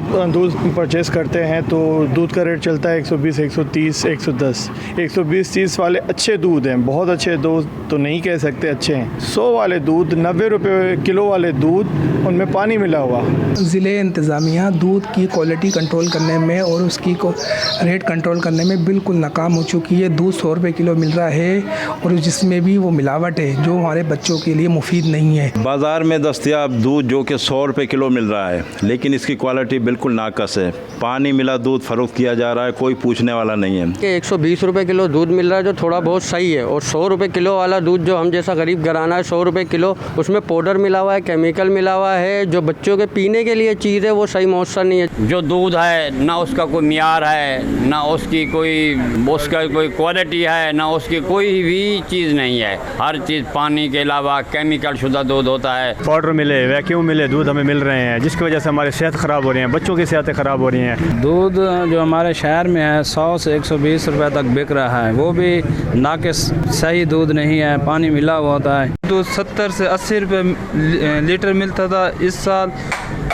बढ़ती महंगाई की वजह से वो 100 से 120 रुपये मिल रहा है, और उसमें मुख्तलिफ किस्म के केमिकल इस्तेमाल हो रहे हैं और पानी भी मिला होता है। दूध सानू मिल रहा तो 120 रुपये किलो मिल रहा वा, कई 100 ला रहे, कोई 120 ला रहे, और सारा पानी पा के दूध पता नहीं कितना कितना दूध दे जा रहे हैं। दूध जो है वो कहीं भी जो है सरकारी रेट पे नहीं मिल रहा। मेरे ख्याल से दूध की कीमत 100 रुपये है और हर जगह 120 रुपये का मिल रहा है, और कोई क्वालिटी का कोई स्टैंडर्ड नहीं है। दूध वालों से बात करते हैं, वो यही कहते हैं कि भाई अगर हम अच्छी क्वालिटी देंगे तो दूध सरकारी रेट के ऊपर नहीं मिलेगा। मिलावट वाला दूध मिल रहा है, कोई इसमें मतलब खालिसपन नहीं है, ये सबको पता है। सही, तो क्वालिटी बेहतर नहीं है। अवाम की राय आपने जान ली। हमजा सारे यही शिकवा कर रहे हैं कि 100 का हो, 120 का हो, लेकिन दूध की जो क्वालिटी है वो वैसी नहीं है। दूध में पाउडर है और केमिकल्स मिलाए गए जो कि सेहत पे बहुत ज़्यादा असरअंदाज हो रहे हैं। इसी पर हम सारी सूरत हाल पे हम बात कर रहे थे। हमारे नुमाइंदा शिराज अहमद हमारे साथ मौजूद हैं। शिराज, आप आगाह कीजिएगा, इस वक्त कराची में क्या सूरत हाल है? दूध कितने में फ़रोख्त हो रहा है, उसकी क्वालिटी कैसी है? जी बिल्कुल, शहर कायद में इस वक्त जो दूध फरोख्त हो रहा है वो मेरे ख्याल से तो मुल्क के सबसे महंगा तरीन दूध जो है इस वक्त कराची शहर में मिल रहा है, और 130 रुपये किलो जो है इसकी कीमत कर दी गई है, जबकि कमिश्नर कराची की जानिब से 94 रुपये फ़ी लीटर दूध की कीमत मुकर्रर की गई है। और इसके बावजूद हम देख रहे हैं कि शहर कायद में इस वक्त हर जगह 130 रुपये किलो के हिसाब से दूध फरोख्त हो रहा है। इसकी क्वालिटी क्या है, ये एक बहुत ही बड़ा सवालिया निशान है, क्योंकि हर दुकानदार कहीं भी किसी भी महल्ले में हम चले जाएँ, उनकी जानिब से यही इलाका मकीनों की जानिब से ये शिकायत की जाती है कि दूध खालिस नहीं मिलता। इतने पैसे देने के बावजूद भी जो है दूध की कीमतों में इतना इजाफा कर दिया गया, इसके बावजूद खालिस चीज़ उनको नहीं मिलती। दूसरी जानिब डेयरी फार्मर्स का ये कहना है कि अखराजात में मुसलसल इजाफे की वजह से दूध की कीमत मज़ीद बढ़ानी पड़ेगी। पहले ही शहर कायद में 130 रुपये किलो जो है वो दूध बिक रहा है, और इस पर डेयरी फार्मर्स दोबारा से ये मुतालबा करने जा रहे हैं कि दूध की कीमत मज़ीद बढ़ाई जाएगी। साथ ही साथ जो ज़िले इंतज़ामिया का किरदार है वो हमें कहीं भी दिखाई नहीं दे रहा, ना ही दूध की कीमत कंट्रोल करने के लिए या तयन करने के लिए कोई इकदाम होते हुए दिखाई दे रहे हैं, और ना ही जो मुनाफाखोरी लोग कर रहे हैं उसके हवाले से कोई खातिर ख्वाह इकदाम होते हुए की जानिब से कोई इकदाम नहीं किए जा रहे हैं। बहुत शुक्रिया आपका शराज, जो मौजूदा सूरत हाल है, जो फैक्ट्स हैं वो आपने हमें बताया है। बात करेंगे जो मुसाबकती कमीशन की रिप के ऊपर। Chairman consumer association of Pakistan Kokab Iqbal साहब हमारे साथ मौजूद हैं। कोकब साहब अस्सलाम वालेकुम, गुड मॉर्निंग। डेयरी की कीमतों पर गठजोड़ के हवाले से ये जो रिपोर्ट सामने आई है मुसाबकती कमीशन की, ये जो इंकशाफात किए गए हैं सर, उन पर ज़रा रोशनी डालिएगा। देखिए, हमने जब ये इन्होंने दूध महंगा करना शुरू कर दिया है, जैसा कि आपने अपनी रिपोर्ट में भी बताया कि दूध कराची में महंगा और दूसरे शहरों में सस्ता है बनिस्बत दूसरे शहरों के। यहाँ पे 130 रुपए में, पहले जो हमने इनको मुसाबकती कमीशन को जो रिपोर्ट भेजी थी उसमें ये कहा था कि ये 120 रुपए है और उसमें 47 अरब रुपए सालाना का था, फर्क आ रहा था। अब ये देखिए कि अगर अब 130 रुपए है तो यानी 50 अरब रुपए से ज्यादा जो है वो इस पे सार्फिन की जेबों से निकल रहा है। दूसरी बात यह है कि कंज्यूमर एसोसिएशन ऑफ पाकिस्तान ने इस कार्टेल के खिलाफ जब इन्होंने अपने तौर पर मनमानी कीमतों में इजाफा शुरू किया तो हमने क्योंकि कार्टेल के खिलाफ कंपटीशन कमीशन यानी मुसाबकती कमीशन ही वो इदारा है कि जो उनके खिलाफ कार्रवाई कर सकता है किसी भी कार्टेल के खिलाफ। तो हमने इनको एक खत अरसाल किया और उसके बाद उन्होंने मीडिया की रिपोर्ट्स में, प्रिंट और इलेक्ट्रॉनिक मीडिया की जो रिपोर्ट्स थी उसकी रोशनी की मद्देनजर में अपनी एक तहकीकात मुकम्मिल की और उसके बाद जो है वो उसकी एक रिपोर्ट शाये की कि ये इन्होंने कार्टेल बनाया है। अच्छा। और यकीनन कार्टेल बनाया यानी डेयरी फार्मर्स, रिटेलर्स और होलसेलर्स तीनों मिल गए और तीनों ने। और दूसरी बात ये जो आपने सबसे बड़ी बात की कि 130 रुपए भी मिल रहा है तो उसको क्या खालिस नहीं है। ये मैंने कमिश्नर कराची की मीटिंग में भी कई दफा कहा, बाहर ये कहा कि आप कराची में ये तो चेक कराएं सिंध फूड अथॉरिटी क्यों सोई हुई है। Sindh food authority Punjab food authority की तरह काम क्यों नहीं करती। सिंध फूड अथॉरिटी जो है लाखों लीटर अगर वो दूध सही नहीं है, मुजरे सेहत है, मिलावट शुदा है, तो उसको जाया क्यों नहीं करती। इसका काम है, इसका काम सिर्फ ये नहीं है कि आप सिर्फ रेस्टोरेंटों में जाके उनके खिलाफ कार्रवाई करें। दूध जो है दूध आने की एक उसकी जरूरत है आम लोगों की और इससे सेहत मुतासिर हो सकती है। अगर कोई गैर म्यारी दूध पी ले तो यकीनन वो डायरिया का भी शिकार हो सकता है और उसकी बहुत बिल्कुल यकीनन इससे सेहत पे इफेक्ट हो रहा है लोगों की। लेकिन ये भी कहिएगा कोकब साहब कि दूध की कीमतों में डेयरी एसोसिएशन का जो गठजोड़ अब सामने आ चुका है, तो हुकूमत को इस पर क्या एक्शन लेना होगा? क्योंकि आवाम की अगर देखा जाए बात की जाए तो सेहत उनकी ख़राब हो रही है, बच्चे भी दूध पीते हैं और केमिकल मिला दूध जो है बच्चों को दिया जा रहा है। कहा कि ये सिंध फूड अथॉरिटी है, यहाँ पे इसका काम है, इसका डीजी अभी 2 दफा चेंज हो चुके हैं और इसके बाद भी मैं ये आपको बताता चलूँ कि सिंध फूड अथॉरिटी खामोश समझिए। कई दफा मैंने कमिश्नर कराची की मीटिंग में कहा कि आप इनका कराची में बिकने वाले दूध का पहले ये तो तय करें कि वो दूध खालिस कितना खालिस है। आपने बताया कि केमिकल शुदा दूध मिल रहा है, आप उसमें गैर म्यारी दूध मिल रहा है यानी डिटर्जेंट उसमें डाला जा रहा है। तो उसके बावजूद और एक और बात की भी निशानदेही करता चलूं कि इसके बाद आप नातोल का जो निजाम है वो भी इनका खराब है, यानी किलो शेर में दे रहे हैं उसमें भी डंडी, यानी सारिफिन को दोनों तरफ से लूटा जा रहा है, बल्कि 3 तरफ से। एक गैर म्यारी दूध बेच के, दूसरा नापतोल में घपला करके और तीसरा जो है कीमतों में इजाफा करके। तो ये इस पे जो कमिश्नर कराची हैं वो कंट्रोलर जनरल प्राइजेस भी हैं, उनका काम है कि इसके कंट्रोल करें। अगर उन्होंने 94 रुपए दूध की कीमत मुकर्रर की है तो उनके डिप्टी कमिश्नर, उनके जो असिस्टेंट। ठीक है कोकब साहब ये बताइएगा 94 रुपए मुकर्रर कर दी गई, लेकिन जब डेयरी एसोसिएशन से बात कर ली जाए, डेयरी फार्मर से बात कर ली जाए, वो कहते हैं कि हुकूमत ने तो जी कर दी है लेकिन वो हमें हम अगर देखें तो हमें वो महंगा पड़ता है, हम तो नहीं दे सकते, हमें तो नुकसान होता है, इसलिए हम 120 कर रहे हैं। तो उसका क्या हल है हमारे पास जब वो कहते हैं कि जी कि हमारी तो कॉस्ट ही बहुत ज्यादा है। एक कमेटी बनाई गई कमिश्नर कराची ने, तो उसमें जो है अखराजात में क्या बता रहे हैं, स्कूल की फीसें भी बता रहे हैं, नौकर की तनख्वाह भी बता रहे हैं, घर के अखराजात भी डाल रहे हैं, बिजली के जो कुंडे लगा के इस्तेमाल कर रहे हैं उसमें बिजली के बिलों में इजाफा करके भी बता रहे हैं। कोई उन्होंने कि इलेक्ट्रिक का कोई बिल पेश नहीं किया, पानी का कोई बिल पेश नहीं किया, अपने तौर से एक कागज पे लिख के ले आते हैं कि जनाब यही अखराजात हैं, भैंस हमें अगर 2 लाख रुपए की उनको मिल रही है, वो 5 लाख रुपए उसका जिक्र करते हैं, घपला करते हैं अखराजात में, और ये बताते हैं कि जनाब इसमें हमारे अखराजात में इजाफा हो गया। उसके बाकायदा एक टीम बनी थी, एक कमेटी बनी थी, उसने जाके इन तमाम अखराजात को, जिसमें गवर्नमेंट के भी अरकान थे, कंज्यूमर एसोसिएशन भी शामिल थी। ठीक है कोकब साहब, आप ना हमारे साथ ही मौजूद रहिए, हम बात कर लेते हैं इसी तमाम तर सूरत हाल पर। मौक़िफ़ लेना बहुत ज़्यादा ज़रूरी है। सदर dairy and cattle farming association Pakistan Shakir Gujjar साहब हमारे साथ मौजूद हैं। शाकिर गुज्जर साहब, अस्सलाम वालेकुम। ये सारी गुफ्तगू भी आपने सुनी है और मुसाबकती कमीशन की रिपोर्ट भी यकीनन आप तक पहुँची होगी। ये तो सारा कुछ डेयरी एसोसिएशन के ऊपर डाला जा रहा है, मिली भगत के जरिए आपने कार्टेलाइजेशन किया है, महंगे दामों दूध बेचा है, आपके ऊपर तो एक पूरी जो है कहा जाए कि कर दिया गया कि आप लोगों ने बहुत ज्यादती की है और आप लोग तो मिलकर ये शायद माफिया का रोल शायद अदा कर रहे हैं। वालेकुम अस्सलाम जी, जज़ाकल्लाह, बहुत ममनून कि हमारा मौका हमें वक्त दिया। तो जो लंबी चौड़ी गुफ्तगू आपने कोकब इकबाल या दीगर से की, तो यकीनन ये चीज़ समझने की ज़रूरत है कि 4 साल पहले जो दूध की कीमतें मुकर्रर की गई थी, नोटिफिकेशन 4 साल पहले की गई, उसके बाद बढ़ने वाली जो महंगाई है उसे कतई तौर पर नजरअंदाज कर दिया गया।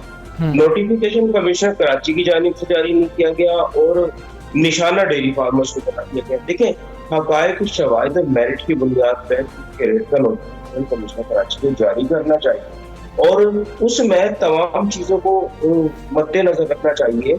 और जो आप लोगों ने बात की अडल्ट्रेशन, दूध की कीमतें और अडल्ट्रेशन 2 अलग मामले हैं। उसमें फूड अथॉरिटी को कार्रवाई करनी चाहिए और बिला इम्तियाज कार्रवाई करनी चाहिए। उसमें हम साथ हैं अवामुल नास के फूड अथॉरिटी को, 12 हम उसका इजहार भी करते हैं और खुद लिखते हैं जाली दूध फरोख्त होता है। तो मैं जी बिल्कुल, लेकिन शाकिर साहब, जिस तरह से अगर देखा जाए तो गवर्नमेंट की तरफ से तो 94 रुपीज़ कीमत रखी गई है ना, लेकिन अगर 120 में इसको बेचा जा रहा है तो क्या ये नाइंसाफ़ी नहीं समझते आप? देखिए, मैं आपको बताऊं, दूध की कीमतें किसी की ख्वाहिशात पे हरगिज़ नहीं है, ना तो कोकब इकबाल साहब की, ना कमीशन कराची की, ना मेरी। दूध की कीमतों का ताल्लुक है बराह रास्त से इनपुट की कीमतों से। इनपुट की कीमतें बढ़ेंगी तो दूध की कीमतें बढ़ेंगी, इनपुट की कीमतें कम होंगी तो दूध की कीमतें कम होंगी, मुर्गी की कीमतें कम होंगी, अंडे की कीमतें कम होंगी, गोश्त की कीमतें कम होंगी। लेकिन अगर देखा जाए कीमत अगर बढ़ती है तो मयार तो उसका बेहतर होना चाहिए ना। मयार भी यहाँ पर तो हम देखते हैं कि मयार उसके मुताबिक नहीं होता, कीमत के मुताबिक। असल में देखें, मेरी बात पूरी होने दे, आपको ना करें, मैं कंफ्यूज हो जाता हूँ, मैं बात नहीं कर पाऊंगा। नहीं गुज्जर साहब, प्लीज, हम आपको कंफ्यूज नहीं होने देंगे, आप प्लीज अपना मौक़िफ़ दें सर, प्लीज। तो आप कम से कम मेरी बात कंटिन्यू करें।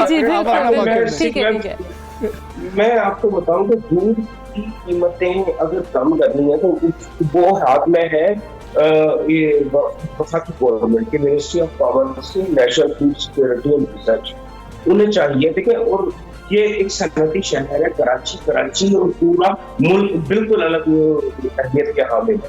वो ज़राई इलाकों में दूध की कास्ट ऑफ प्रोडक्शन कुछ और होती है और सनती इलाके में दूध की कास्ट ऑफ प्रोडक्शन कुछ और होती है, क्योंकि ज़राई इलाकों से हमें अजलास, जानवर, दीगर चीजें सब बाहर से मंगानी पड़ती हैं, जिससे कास्ट बढ़ जाती है और जानवर को वो सिर्फ सनती इलाकों में होता है, जैसे कराची और हैदराबाद के इधर इलाके हैं या कोयटा है, वहाँ डेप्रिसिएशन बहुत बड़ा है, जो 350 रुपये रोजाना, 360 रुपये रोजाना तकरीबन डेप्रिसिएशन है। तो उसमें जो मैं बात गवर्नमेंट की वफाकी को, पाकिस्तान अपनी जरूरियात में 45% चारा पैदा करता है अपने मवेशियों की जरूरियात का। पर आप यकीन जाने कि नेशनल एग्रीकल्चर रिसर्च सेंटर की रिपोर्ट है, वो चारा भी हुकूमत पाकिस्तान सिर्फ रेवेन्यू हासिल करने के देती है और इसका इम्पैक्ट आता है दूध की कास्ट ऑफ प्रोडक्शन। अब आप उल्लास पर दूध भी महंगा हो जाता है, गोश्त, मुर्गी। अच्छा ठीक है शाकिर गुज्जर साहब, कॉस्ट ऑफ प्रोडक्शन पे प्लीज थोड़ी सी बात कर लेते हैं। कॉस्ट ऑफ प्रोडक्शन के हवाले से जिस तरह से कोकब साहब भी कह रहे थे कि जी कि जब वहाँ पर आपसे पूछा जाता है कि आपके अखराजात क्या हैं, वहाँ पर आप पेश ही नहीं कर पाते हैं कि जी कि हमारे अखराजात इसलिए ज़्यादा हो गए हैं, जिसके बाद रेट तय किया जाता है। अगर आप वहाँ पर ये मामलात ले जाएँ तो क्या रेट तय करने में आसानी नहीं हो जाएगी? मैं आपको जी प्लीज। जी, कोकब इकबाल साहब की अपनी मंतक है ना, उसमें हम उन्हें कुछ भी नहीं कह सकते। वो जो भी कहे वो कहें जी बच्चों की फीसें डाल रहे हैं, ऐसा ये तो इन रिटर्न दी हुई है ना कास्ट ऑफ प्रोडक्शन, हम आपको भी फॉरवर्ड कर देते हैं अगर बच्चों की फीसें हो तो। ये सरासर गलत भी आती है और ये तो चीजें हैं हकाए की शवाहिद और मेरिट की बुनियाद पे हम इन रिटर्न देते हैं इन्हें कास्ट ऑफ प्रोडक्शन और एक कॉपी तमाम कंज्यूमर एसोसिएशन को भी कमीशन ऑफिस में पेश की जाती है। तो मैं आपको बात बता रहा था कास्ट ऑफ प्रोडक्शन के मुताबिक कि अगर अगर एक प्राइम मिनिस्टर इमरान खान चारे की एक्सपोर्ट पे, जिसमें सबसे अहम है भूसा, चोकर, मकई, अल्फा, रोड ग्रास, अगर बंद करते हैं तो दूध की कास्ट ऑफ प्रोडक्शन कम हो जाएगी, दूध की कीमतें 20-20, 30-30 रुपए कम हो जाएंगी। तो बहुत जरूरी है कि मिनिस्ट्री ऑफ कॉमर्स और रज़ाक दाऊद साहब इस पर नजरसानी करें और चारे की एक्सपोर्ट को कम से कम बंद कर दें, जो मुर्गी, गोश्त, अंडा और दूध की पैदावार में जो अजरात शामिल है। अच्छा सर, सिर्फ आखिर में इतना बता दीजिएगा, क्योंकि आप लोगों की नीयत पे जो है ना वो बहुत ज्यादा शक किया जाता है और किसी की नीयत पे शक करना अच्छी बात नहीं होती है। आवाम भी ये कहते हैं कि आप लोग जो है खालिस दूध नहीं देते हैं। क्या दूध की क्वालिटी माने रखती है? क्योंकि दूध तो सिर्फ खालिस होना चाहिए, 100 रुपए में तो अगर मिलना ही नहीं चाहिए फिर, या 90 रुपए में नहीं मिलना चाहिए, 80 में नहीं मिलना चाहिए, दूध तो सिर्फ खालिस होना चाहिए। तो आपकी नीयत पे आवाम भी शक करते हैं, मुसाबकती कमीशन की रिपोर्ट में भी ये सामने आ जाता है और वो जो बाकी हैं कंज्यूमर वाले वो भी यही बात करते हैं। तो ये तो बड़ी गलत बात है, आपको खुद चेक नहीं रखना चाहिए। असल में जो देखो सबसे ज्यादा अहमियत क्या होगी, सबसे पहले है हमारे बच्चों की सेहत, आवाम विकास की सेहत, और डेयरी फार्मर्स एसोसिएशन जो है उस पूरा चेक एंड बैलेंस है। और ये कारोबार 3 डायमेंशन में है, जिसमें बीच में मिडिल मैन है और फिर आगे रिटेलर है। लेकिन डेयरी फार्मर एंड पे दूध बिल्कुल खालिश जाता है, बीच में मिडिल मैन और आगे रिटेलर क्या करता है, वो काम है check and balance food authorities का। फूड अथॉरिटीज का काम है कि वो चेक एंड बैलेंस रखें, डेयरी एसोसिएशंस का नहीं है। बहुत शुक्रिया आपका शाकिर गुज्जर साहब, आप हमारे साथ मौजूद थे, और कोकब इकबाल साहब भी हमारे साथ मौजूद थे, उनका भी बहुत शुक्रिया। बिल्कुल, हम सब आगे बढ़ते हैं क्योंकि बजट ही की बात, हम जिस पहले केपी का बजट आज पेश होने जा रहा है, तो बलूचिस्तान का भी बजट आज पेश होने जा रहा है। तो आइंदा माली साल का टैक्स फ्री बजट आज पेश किया जाएगा, जबकि मजमूई हजम की अगर बात की जाए तो 500 अरब रुपए से जायद है। अगर तरक्याती मद में देखा जाए तो 140 अरब रुपए के करीब रकम रखने का इम्कान जाहिर किया गया है। और हाँ जी, मुलाजमीन की तनख्वाहों में बात करें तो 10 से 15% तक इजाफे की तजवीज़ भी ज़ेर गौर है, और बजट में गैर तरक्याती मद में तकरीबन 370 अरब रुपए रखे जाने का इम्कान है, और आइंदा माली साल का जो बजट है वो खसारा कमो बेश 100 अरब तक हो। बिल्कुल, और अगर बात की जाए बलूचिस्तान के नए माली साल की तो 400 अरब रुपए की आमदन मुतवक्के है, और बजट में 5000 के करीब नई आसामियाँ रखने की भी तजवीज़ सामने आई है। जबकि आइंदा माली साल ही के बजट में तालीम की अगर बात की जाए तो 90 अरब रुपए मुख्तस करने की तजवीज़ भी दी गई है, और सेहत के लिए 40 अरब रुपए रखे जाने का इम्कान भी जाहिर किया गया। और आइंदा माली साल के दौरान अमन व अमान के लिए 60 अरब रुपए मुख्तस करने की तजवीज़ भी है। जो तजावीज़ हैं आज बजट पेश किया जाएगा, कैसा बजट पेश किया जा रहा है, तर्जुमान बलूचिस्तान हुकूमत लियाकत शाहवानी साहब से जानने की कोशिश करते हैं। शाहवानी साहब, अस्सलाम वालेकुम, गुड मॉर्निंग। बलूचिस्तान बजट की खास बात क्या होगी? क्या आप भी दीगर सूबों की तरह तरक्याती अखराजात में खातिर खा इजाफा कर रहे हैं? जी बिल्कुल, तरक्याती अखराजात के बगैर तरक्की मुमकिन नहीं है, लेकिन ये है कि हमारे पर्पस बिल्ट स्कीमात होंगे, और इसमें तरक्यात के लिए जो इमारतें ज़रूरत हैं, जो फैसिलिटी ज़रूरत हैं, उसके साथ साथ ह्यूमन स्किल्स पे, HR पे, लोगों की कैपेसिटी कैपेबिलिटी पे, लोगों पे खर्च करने की हम कोशिश करेंगे, जिसके तहत 1.8 मिलियन फैमिलीज़ पूरे बलूचिस्तान के जो आवाम हैं उनको हेल्थ कार्ड इंशाल्लाह हम फराम करेंगे, जिसके तहत 1 मिलियन रुपीज़ तक किसी भी एक इंडिविजुअल को इलाज मुआलजे की मद में ये फैसिलिटी उनको फराम करेंगे। और वो लोग जिनके पास अपना घर नहीं है, लोअर मिडिल क्लास के लोग हैं, जिनका ख्वाब है अपने घर का, उनके लिए अपना घर स्कीम इंशाल्लाह हम ला रहे हैं।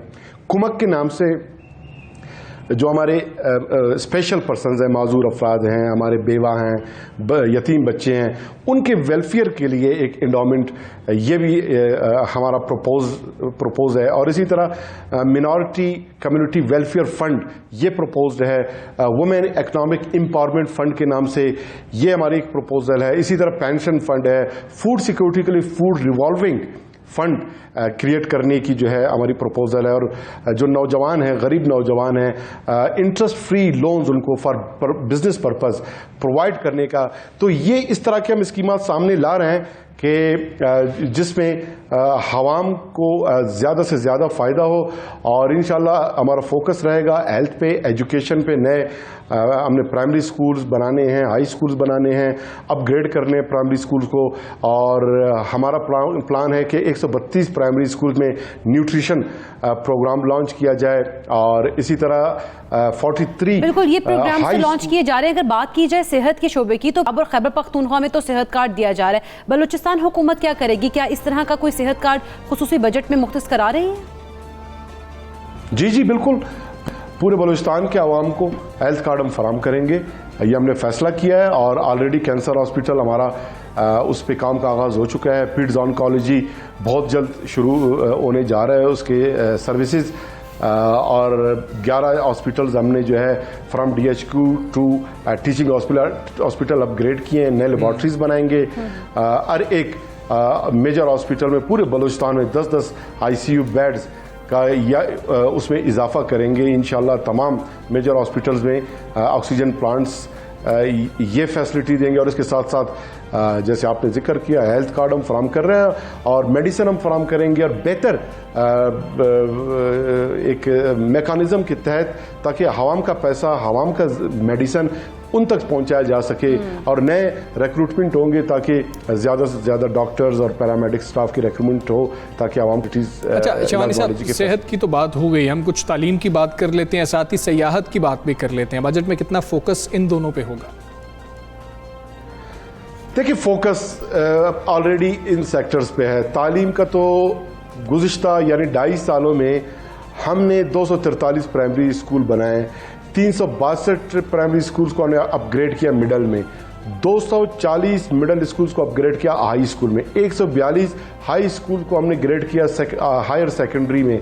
सो बलूचिस्तान यूनिवर्सिटी का जो 50 करोड़ का बजट था, उसको 4 अरब रुपए तक बलूचिस्तान गवर्नमेंट ने उसको फाइनेंस किया।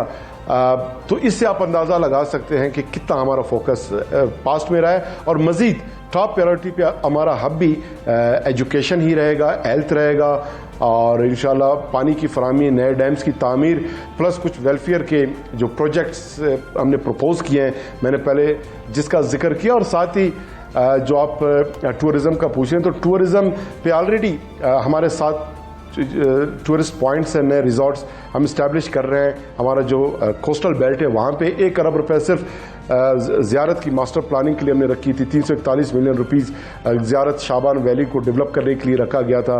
और जितने भी हमारे टूरिस्ट पॉइंट्स हैं बलूचिस्तान में, उनको ऑलरेडी उनके अपग्रेडेशन के लिए, उनके बेहतरी के लिए, इम्प्रूवमेंट के लिए जो ऑनगोइंग स्कीमात हैं उनको कंटिन्यू रखेंगे, उनको फाइनेंस करेंगे। और मज़ीद बलूचिस्तान गवर्नमेंट का जो है टूरिज़म पे हमारा फोकस रहेगा, क्योंकि हमने से बलूचिस्तान का पे भी आपका फोकस रहेगा। तो लियाकत शवानी साहब, सुबह सवेरे पाकिस्तान से आप बात कर रहे थे, तो आज ये बजट पेश कर दिया जाएगा और उम्मीद कर रहे हैं कि जो तजावीज़ दी गई हैं उन पर अमल भी किया जाए। हम साहब, हमें यहाँ पे ब्रेक लेनी है, तो कहीं मत जाइएगा, देखते रहिए सुबह सवेरे पाकिस्तान।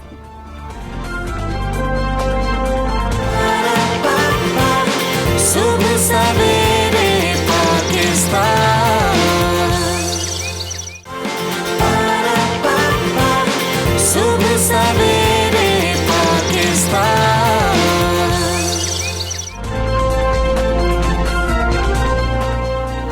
वेलकम बैक टू सुबह सवेरे पाकिस्तान। और अब एक बहुत ही बड़ा अहम मसला है जिस पर हमें बात करने की ज़रूरत है, क्योंकि जब सियासतदान अपोजिशन में होते हैं तो इख्तियारात की मुंतकली पर बहुत ज़ोर देते हमें दिखाई देते हैं, लेकिन जब वही इक़्तिदार में आते हैं, इक़्तिदार का हिस्सा बनते हैं, तो इख्तियारात की तकसीम के मुखालिफ बन जाते हैं। हालांकि ये बात वाज़ेह है हमजा कि लोकल गवर्नमेंट मजबूत हो, मतलब अगर नहीं होगी तो लोगों को फ़ायदे नहीं पहुँच सकेंगे, लोगों के हालात नहीं बदले जा सकते, लोगों के मसाइल हल नहीं किए जा सकते हैं। मकामी हुकूमतों के मजबूत निज़ाम से अवाम के मसाइल निचली सतह पर हल हो जाते हैं, मगर अरकान असम्बली कानून साजी पर तवज्जो मरकूज़ करने की बजाय तरक्याती मनसूबों की सियासत से बाहर नहीं आना चाहते हैं। मकामी हुकूमतों का निज़ाम आने से उनको तरक्याती फ़ंड से हाथ धोने के खदशात लाहक हो जाते हैं। एक ये भी मसला है, लेकिन यही बात नहीं है। मकामी तरक्याती उमूर में उनका किरदार महदूद हो सकता है, और मकामी सियासत पर अजारादारी रखने वाले पुराने सियासी ख़ानदान मकामी हुकूमतों के नीचे में नतीजे में जो सामने आने वाली नई क़यादत है उसको भी अपने लिए ख़तरा महसूस करते हैं कि मुल्क के किसी भी सूबे में इस वक्त मकामी हुकूमतें काम नहीं कर रही हैं। अच्छा, पंजाब की हम बात करें तो वहाँ पर तो बल्दियाती नुमाइंदों को उनकी मुद्दत ख़त्म होने से पहले ही गैर आइनी तौर पर घर रवाना कर दिया गया ना, और सिंध हुकूमत ने तमाम इख्तियारात मेयर से लेकर सूबाई वजीर के मातहत कर दी है और जो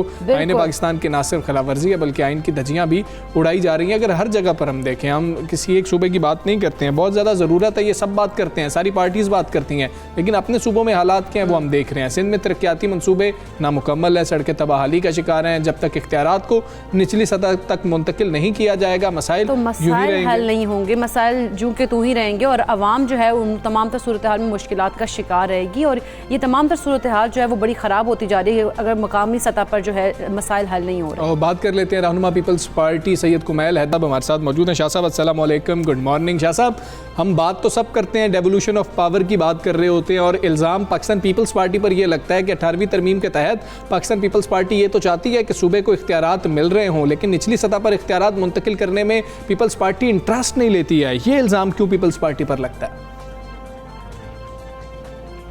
बिस्मिल्लाहिर्रहमानिर्रहीम सर, गुड मॉर्निंग आप सबको, अस्सलाम वालेकुम। और ये पाकिस्तान पीपल्स पार्टी पे इल्ज़ाम ऐसे ही लगता है सर जैसे वो कहते हैं ना कि हवा में तीर चलाना होता है, वैसे ही एक पाकिस्तान पीपल्स पार्टी में तीर इल्ज़ाम लगाया जाता है। आप देखें कि जितने ज़्यादा से ज़्यादा पावर्स दिए गए लोकल गवर्नमेंट सिस्टम में, लोगों को थोड़ा समझने का वो होना चाहिए कि परसेप्शन ये बनाया गया था कि लोकल गवर्नमेंट के पावर्स जो भी जमहूरी गवर्नमेंट से वो नहीं देना चाह रही, but there is a difference between the local government and the district governments. हमारे जो लोगों को याद है वो डिस्ट्रिक्ट गवर्नमेंट याद है, वो मुशर्रफ साहब के ज़माने में डिस्ट्रिक्ट गवर्नमेंट्स हुआ करती थी तो वो ज़्यादा पावरफुल हुआ करती थी, लेकिन उसका जो हमें वो था, जो उसका हमें बैकफायर था वो ये था कि उसमें असेंबलीज जो थी उनमें कोई पावरफुल नहीं था। आपको याद होगा कि उस जमाने में सिर्फ प्रेसिडेंट्स हुआ करते थे जो powerful, and then chief minister, and after chief minister अगर किसी के पास पावर होता था तो वो होता था डिस्ट्रिक्ट नाज़िम या आपका सिटी मेयर। उस जमाने में मुस्तफ़ा कमाल साहब हुआ करते थे। तो ये पावर्स का वो, और फिर उस पर कोई चेक एंड बैलेंस नहीं होता था। आपके अंडर में कमिश्नर्स अंडर में दिए गए थे। तो अभी का जो निज़ाम था वो था लोकल गवर्नमेंट सिस्टम, तो वो जाहिर सी बात है उसमें जो आपके लोकल गवर्नेंस थी वो आपके हवाले किया गया था। आपके जो सेवेज सिस्टम है, आपका जो ड्रेनेज सिस्टम है, आपके जो लोकली जो लोगों की फर्स्ट प्रायोरिटी बेसिस सिस्टम होता है वो किया गया था। लेकिन आप वाली बात ये थी कि उसको स्ट्रेंथन किया जाए। अभी जो मौजूदा नया निज़ाम बना रही है सिंध गवर्नमेंट, उसमें बहुत ज़्यादा स्ट्रेंथन किया जा रहा है, बहुत ज़्यादा लोकल निज़ाम को पावर्स दिए जा रहे हैं। अगर हम इस सिस्टम के पाकिस्तान पीपल्स पार्टी सपोर्ट में ना होती तो आपको ये याद होगा सर कि मेयर कराची जो थे वो हमारे पार्टी के नहीं थे, लेकिन हमने क्योंकि सिस्टम के फेवर में थे, क्योंकि हम जमहूरियत के फेवर में थे, तो हमने तो सर वो पूरा टाइम उनको दिया। हमने तो उनको पूरा टाइम दिया कि जो हमारा बलदियाती टाइम पूरा करे, तो इसलिए वो पूरा किया गया था, मुकम्मल करवाया गया। लेकिन आप दूसरे प्रोविंस में देखें कि अगर the mayor and the chairman are not from the federal government party, so they जो उनका टाइम रहता था दे सस्पेंडेड इट, और उनका वो उसी पे जिस ऑर्गेनाइजेशन का मैं प्रेसिडेंट हूं, जिस तरह से हम बात कर रहे हैं लोकल गवर्नमेंट की, तो अगर बात की जाए लोकल बॉडीज के इंतखाबात की तो वो कब होंगे और इस हवाले से कोई मुश्किलात भी सामने आ रही हैं, तो अगर जो मुश्किलात हैं उनको कैसे हल किया जा सकेगा?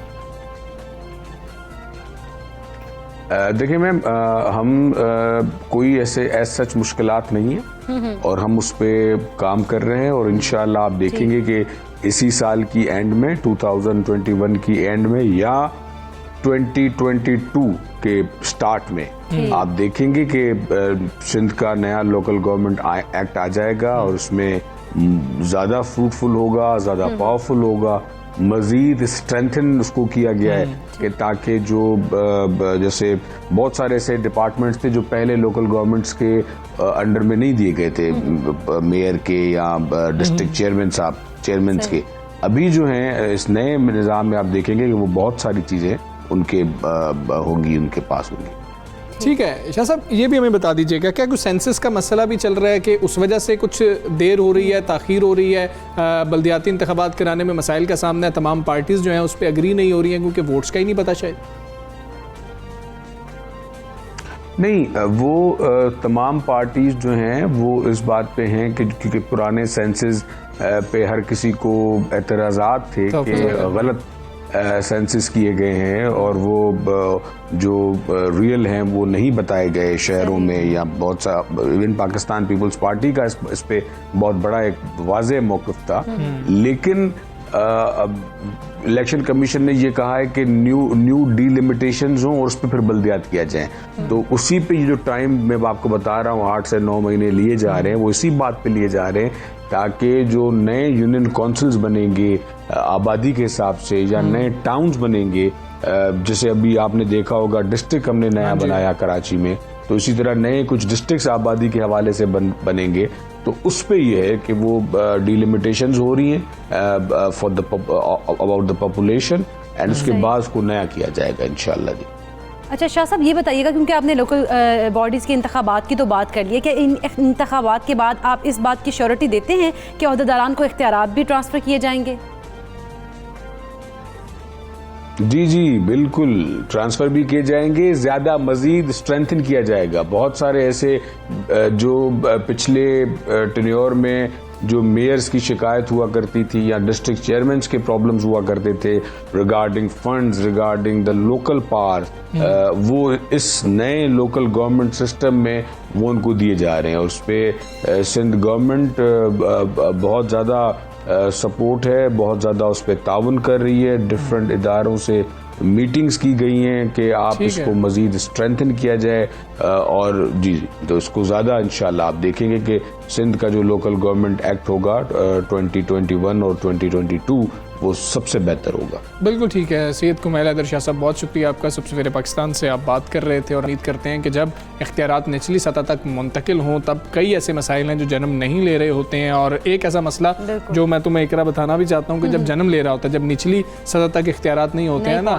तो उसके लिए वो दिखाने के लिए हम आपको गाड़ियों के कब्रिस्तान में लेके जाएंगे। हाँ जी, म्यूनसिपल कॉर्पोरेशन गाड़ियों का कब्रिस्तान, हाँ मतलब म्यूनसिपल कॉर्पोरेशन सक्खर की नाहली के बायस सफाई सुथराई की जदीद गाड़ियाँ बल्दिया के वेयर हाउस में कबाड़ का मंजर पेश कर रही हैं। और हमजा करोड़ों रुपए मालियत की गाड़ियां थी, जो उनकी बैटरियां भी और जो दीगर कीमती स्पेयर पार्ट्स थे वो तमाम चोरी हो चुके हैं। और इस बारे में हमारे नुमाइंदे जब हम सजाद पाशा से बात कर रहे थे तो उन्होंने हमें क्या तफसीलात बताई हैं और उनकी वहाँ पर क्या सूरत हाल है वो उनसे ही से जानते हैं। जी आप बताइएगा कि सूरत हाल क्या है बल्दिया के वेयर हाउस की?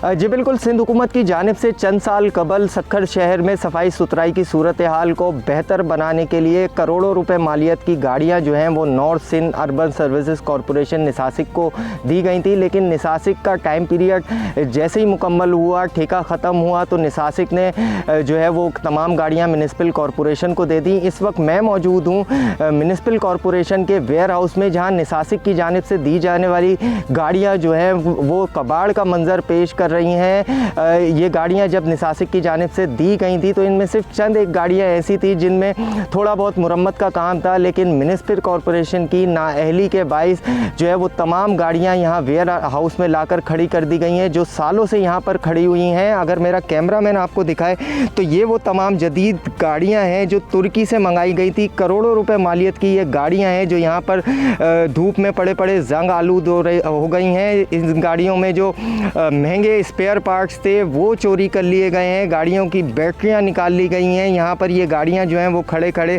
तबाहाल हो रही हैं। इसके अलावा जो है वो जदीद तर्ज पर मबनी रेड़ियाँ भी जो हैं वो मंगवाई गई थी ताकि सक्खर शहर में जो है वो जदीद तर्ज की रेड़ियाँ जो हैं वो चल सकें और ये रेड़ियाँ गरीब लोगों को दी जा सकें जो लोग बेरोज़गार हैं। लेकिन ये रेड़ियाँ भी जो हैं वो आज तक यहीं पर खड़ी हुई हैं, तबाहाल हो रही हैं, जबकि ये जो गाड़ियाँ जो हैं ये सफाई सुथराई के इस्तेमाल के काम में ली ही नहीं गई। और शायद यही वजह है कि सक्खर शहर में आज तक जो है वो सफाई सुथराई की सूरत हाल जो है वो इंतहाई अबतर है। हम यहाँ देख रहे हैं कि ये म्यूनिसिपल कॉरपोरेशन का वेयर हाउस नहीं बल्कि गाड़ियों का कब्रिस्तान लग रहा है। और ये तमाम गाड़ियाँ जो करोड़ों रुपए की थी, सिंध हुकूमत की जानिब से करोड़ों रुपए देकर ख़रीदी गई थी, वो यहाँ पर इस वक्त तबाहाली का शिकार हैं। ठीक है, तबाहाली का शिकार है। क्या सूरत हाल है सजाद पाशा, आप हमें बता रहे थे। बहुत शुक्रिया आपका। ये मसाइल हैं और इन मसाइल से थोड़ा सा निकलते हैं, थोड़ा सा बाहर जाते हैं। अब अपने व्यूअर्स को अबू धाबी लिए चलते हैं। हाँ। क्योंकि कल तीसरा डबल हेडर था हमजा, और अगर बात की जाए पहले मैच की तो क्या ज़बरदस्त खेला, क्योंकि दूसरे मैच में मैं फिलहाल आना नहीं चाह रही हूँ क्योंकि दूसरे मैच में कराची किंग्स की टीम, मतलब जो मेरी फेवरेट टीम है वो जीत गई है, और जो इकरा की फेवरेट टीम है लाहौर कलंदर्स लगातार तीसरा इस स्टेज पर। देखें, इकरा आना नहीं चाह रही थी, मैं फौरी इकरा को पहले उस मैच पे लेके आया हूँ ना कि खतरे की घंटी बज रही है लाहौर कलंदर के लिए, लेकिन जो पहला मैच है वो बहुत जबरदस्त। और मैं कहती हूँ कि पाकिस्तान की जो हिस्ट्री है PSL और T20 मैचेस की, तो उसमें ये बहुत जबरदस्त मैच था, क्योंकि सबसे इसमें रिकॉर्ड्स बड़े बने और तारीखी, हमजा अगर बात की जाए तो तारीखी रिकॉर्ड इसमें स्कोर जो है हम देखने को मिला है। 247 स्कोर किया गया था इस्लामाबाद यूनाइटेड की जानिब से, जो कि एक शानदार था, और इस मैच में बहुत ज्यादा हम देख रहे हैं कि रिकॉर्ड्स बने हैं। ऐसे ही है, 232 स्कोर तो फिर चेज करते हुए कर लिया गया पेशावर की जानिब से, जो बेहतरीन बैटिंग की गई है, और क्या बात है, खिलाड़ियों ने बहुत अच्छा खेल पेश किया। अगर उस्मान ख्वाजा की बात करें तो वो ऑस्ट्रेलिया की तरफ से खेलते रहे हैं, और इस्लामाबाद में जब उनको रखा गया तो बड़े खुश हुए कि मैं बहुत खुश हूँ कि मैं इस्लामाबाद से उनकी शानदार थी, 105 बिल्कुल इतना ज़बरदस्त स्कोर किया। और मैं कहती हूँ कि छक्के चौकों की बहार तो हमें कल इस्लामाबाद यूनाइटेड और जो ज़ल्मी का मैच था उसी में देखने को मिली है, और सूरत हाल इंतहाई दिलचस्प थी, क्योंकि रिकॉर्ड्स पे रिकॉर्ड्स हमें नजर आए। बात करते हैं, अब्दुल गफ़ार भी हमारे साथ मौजूद हैं, उनको शामिल गुफ्तगू। गफ़ार भी अस्सलाम वालेकुम, गुड मॉर्निंग। पहले मैच की बात कर रहे हैं, क्या मैच हुआ जिस वक्त स्कोर इतना बड़ा खड़ा कर दिया गया। सोचा ये जा रहा था कि भाई चेस तो होने नहीं वाला, शायद जल्दी ही 100-150 पे आउट हो जाएंगे, चेस भी करने की बड़ी अच्छी कोशिश की। कैसा मैच था ये है ट्रू PSL। वालेकुम अस्सलाम, आप सबको भी गुड मॉर्निंग, सुबह खैर। और बिल्कुल आपने ठीक कहा, क्योंकि इतना बड़ा हदफ जब आपके सामने हो, और याद रखिए कि ये सबसे बड़ा प्रेशर था कि पेशावर ज़ल्मी को ये बात पता थी कि उनके भी 10 पॉइंट्स हैं, वो जीत तो नहीं पाएंगे शायद, बट रन रेट बहुत मैटर करेगा। अब आप देखिए ना, वही जो 200 प्लस उन्होंने भी 232 रन जो किए। अब चाहे लाहौर जीते या हारे या कराची का जो भी सिनेरियो है, Peshawar Zalmi is safe, they are almost in the play off because of that run rate. अगर वो हार जाते, जैसे आपने कहा कि इतने बड़े टोटल के पीछे जब आप जाते हो तो फिर आपकी विकेटें भी गिर जाती हैं। तो आई थिंक कामरान हो, शुएब हो, रदरफोर्ड हो, उनको बड़ी दाद देना पड़ेगी, और कि उन्होंने इतनी मुश्किल सूरत हाल में भी बिल्कुल कहते हैं ना फाइटिंग स्पिरिट रखी। और बाकी बिल्कुल आप ठीक कह रही थी कि आई थिंक PSL की तारीख का नहीं बल्कि पाकिस्तान की तारीख का T20 का मैच था। अच्छा गफ़ार साहब, जिस तरह से बात की जाए कल के मैच ही के लेके, इस्लामाबाद यूनाइटेड के मैच को लेके, तो आप क्या समझते हैं PSL में जिस तरह के शानदार मुकाबले देखने को मिल रहे हैं और जिस तरह के रिकॉर्ड साज मुकाबले देखने को मिल रहे हैं, तो क्या आप समझते हैं, क्योंकि हम देखा जाए तो ओवरऑल अगर वर्ल्ड की बात की जाए तो इस तरह के मैचेस मद्दाहों के लिए भी बहुत ज़्यादा वो दिलचस्पी का बायस बनते हैं, तो क्या समझते हैं इस तरह के मैचेस होने चाहिए? बिल्कुल होने चाहिए, और आई थिंक ऐसा जैसे बाबर आजम ने भी कल कहा कि जब उनसे पूछा गया कि बाबर आप बैटिंग तो कर रहे हैं पर पिछले मैच में तो बहुत बड़े स्कोर बने, उन्होंने कहा भाई वो रोज नहीं बनते, ये स्पेशल डे। तो it was a special match और स्पेशल एफर्ट। और कभी कभी ऐसा होता है कि विकेट मैटर नहीं करती और कभी ना अपोजिशन मैटर करती। वो दिन जब होता है तो फिर उस दिन आपको याद होगा 435 ऐसे ही है, ऑस्ट्रेलिया और साउथ अफ्रीका का मैच नजर आता है हमें। बिल्कुल, और 245 के पीछे 232 हो जाना, आई थिंक पैसा वसूल जो है वो एंटरटेनमेंट के लिए। बिल्कुल, ज़ल्मी और इस्लामाबाद। अच्छा गफ़ार भाई, हम शुएब मलिक की बात करते हैं। कामरान अकमल की तो वापसी के चांसेस नहीं है, तो उस पे उन पे हम क्या बात करें, बहुत अच्छी परफॉर्मेंस वो दिखा रहे हैं, लेकिन शुएब मलिक ने ये दिखाया है कि फास्ट बॉलिंग हो उसको भी मैं बेहतरीन खेल रहा हूँ, स्पिन बॉलिंग हो तो उसको भी मैं बेहतरीन खेल रहा हूँ, मेरी नज़र भी ठीक है, मेरे शॉट्स भी जो मेरे पास थे वो कुछ बेहतर ही हुए हैं, वो वीक नहीं हुए। देखिए उनकी नज़र तो बिल्कुल ठीक है, आपकी और हमारी भी ठीक है, हमें वो खेलते हुए दिखाई दे रहे हैं। बट आई थिंक जिन्होंने सेलेक्ट करना है जरा वो भी थोड़ा सा ना आंखें जो है ना कहते हैं जैसे सुबह उठते हैं तो आंखें जरा मल कर देख लें कि भाई वो शुएब मलिक भी परफॉर्म कर रहे हैं। अच्छा वैसे अब्दुल गफ़ार साहब, जिस तरह से हम इस्लामाबाद यूनाइटेड और ज़ल्मी की तो बात कर ही रहे हैं, अगर थोड़ा सा ज़रा लाहौर कलंदर्स कराची की जानिब आएँ तो लाहौर कलंदर्स के बारे में क्या राय है आपकी? इस मकाम पर पहुंचकर इस तरह का खेलना और लगातार 3 मैचेस में हार गए हैं, तो क्या समझते हैं कि लाहौर कलंदर्स की परफॉर्मेंस को क्या हो गया? ये सबसे पहले तो जो लाहौर के फैंस हैं जिनमें आप भी शामिल हैं, सबसे पहले आपको जो है ना बड़ा हौसला करना पड़ेगा, क्योंकि लाहौर की वापसी होगी वाले लाहौर वाली अच्छे खासे खेल रहे थे। आई थिंक मुझे समझ नहीं आ रहा कि लाहौर को बिलीफ का शायद प्रॉब्लम है कि अपने आप को जो है ना अचानक से सेल्फ कॉन्फिडेंस खत्म दिखाई देता है। कल भी आप देखें जब रन चेस कर रहे थे, अब ये बहुत बड़ा मैच था, कल का मैच अगर लाहौर जीत तो प्लेऑफ में थे। अब सूरत हाल बहुत खराब है, अगर अभी अजीब सूरत हाल है इनके लिए, ज़ल्मी के 10 पॉइंट है, पर उनका रन रेट अच्छा है, तो रन रेट का ये फायदा होता है।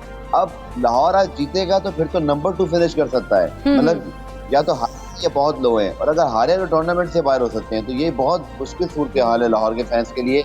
फॉर्म अच्छी नहीं है, दूसरी यानी मुल्तान की टीम इस पर बड़ी तगड़ी फॉर्म में है, तो आई थिंक लाहौर के लिए तो सबसे पहले इंपॉर्टेंट ये है कि बिलीव लेकर आए, पता नहीं कहाँ चले जाता है इनका बिलीव। और अगर आप फखर जमान की बैटिंग देखें, कल मोहम्मद हफीज की बैटिंग देखें, आई थिंक वो इससे बेहतर कर सकते थे, लेकिन लग ये रहा था कि कहीं शिकस्त का खौफ है इस टीम के ऊपर, जिससे निकल नहीं पा रहे हैं। ठीक है, अच्छा गफार भाई, हम बाबर आजम की बात करते हैं, शायद टर्निंग पॉइंट वो भी था, कैचेस ड्रॉप हो गए, बाबर आजम के कैच ड्रॉप कर दिए और बाबर आजम ने फिर से स्कोर किया। बाबर का अगर हम स्ट्राइक रेट देखें तो फिर वो मेरा ख्याल है 44 गेंदों पे 54 स्कोर कर रहे हैं, स्ट्राइक रेट कम है। लेकिन पाकिस्तानी टीम को अगर हम देखें, हम देखते हैं कि अक्सर हमारी बैटिंग लाइन कोलैप्स हो जाती है। T20 में फिर भी हमारी बाबर ज़रूरत तो रहेंगे ना, कि अगर सब कोलैप्स हो जाएं तो जिस तरह मिसबाह खड़े रहते थे, हमारा एक खिलाड़ी क्रीज पर खड़ा तो रहे। ये भी गलती की लाहौर कलंदर ने कि कैचेस ड्रॉप कर दिए इतने, और इतना अहम कैच ड्रॉप कर दिया। कैच भी ड्रॉप कर रहे हैं, वो भी बाबर आजम का, मतलब उसके बाद के फैन जो है वो कहते हैं ना, कहाँ जाके दीवार पे सर मतलब मारे।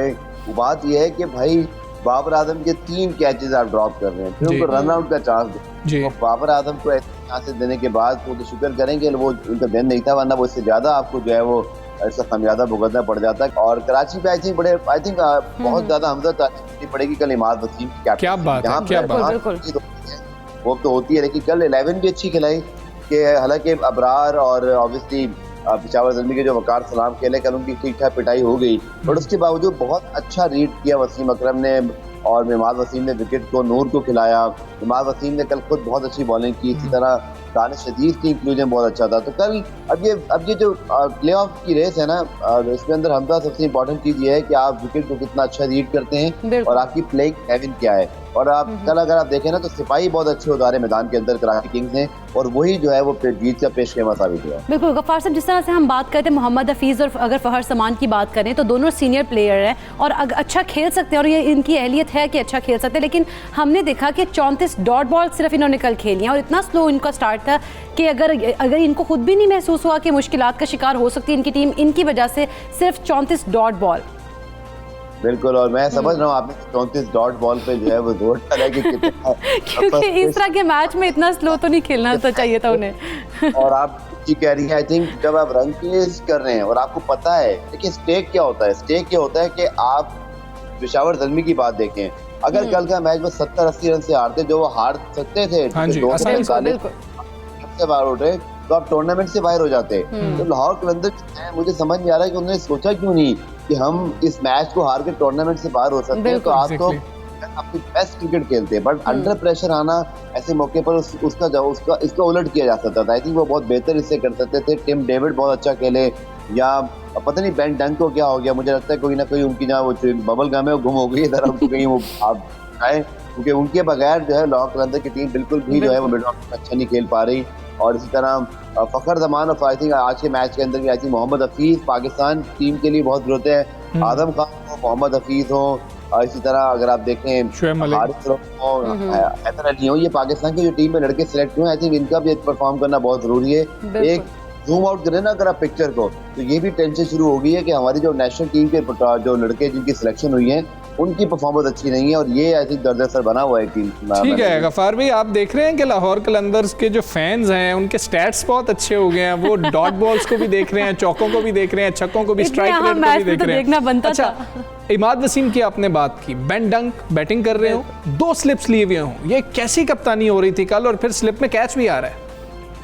देखिए ये थी the moment of the game, क्योंकि बेन डंक एक ऐसे प्लेयर हैं, और अगर आप देखें तो टिम डेविड के जो आखिर में हिटिंग की उसने ऑलमोस्ट कराची को लेकर आ गए। आई थिंक जहाँ इमाद वसीम की बात करें, कल हमदा ये भी याद रखिए कि मोहम्मद आमिर ने कितनी शानदार बॉलिंग की है उस टाइम में, और मैं अभी भी समझता हूँ कि तजर्बे का कोई नेबल बदल नहीं है। आप जरूर आमिर के कंडक्ट पे बात कर सकते हैं या जो उनकी जो भी कंट्रोवर्सी रही, बट ये उन्होंने मुसलसल दूसरे सीजन में ऐसा किया है कि जहां कराची को, आपको याद होगा जो PSL 5 जब जीते थे, वहां की आमिर की कारकर्दगी बड़ी अहमियत की आमिर थी। जहां प्रेशर पड़ता है 19 ओवर वो करने आते हैं और मैच का पासा पलट देते हैं। कल अगर उस 19 ओवर में एक छक्का और लग जाता तो शायद कराची ये मैच जीत बिल्कुल। अच्छा, लास्टली मैं जरा अब्दुल गफ्फार साहब एक आपसे ये पूछना चाहती थी कि पॉइंट्स टेबल पे क्या लाहौर कलंदर्स की अब जो पोजीशन है वो स्टेबल रहेगी इस मैच के बाद? बात ये कि आपकी टीम जीत जाए आज, क्योंकि अगर आज आपकी टीम चले हम दुआ करते हैं। हम सब दुआ को हैं कि इकरा को कल हम खुश इसलिए देखें कि अच्छा लाहौर कलंदर जीत रहे होंगे। बहुत शुक्रिया आपका गफ्फार भाई, सुबह सवेरे पाकिस्तान से आप बात कर रहे थे, बड़े बेहतरीन मैचेस। यही बात है कि हर एक की अपनी टीम है, सबको सपोर्ट कर रहे हैं, लेकिन असल में हम सपोर्ट PSL को कर रहे हैं। कल देखेंगे कौन जीतता है और हमें इजाज़त दीजिए, इंशाल्लाह फिर मुलाकात होगी। अपना बहुत ख्याल रखिए। अल्लाह हाफ़िज़।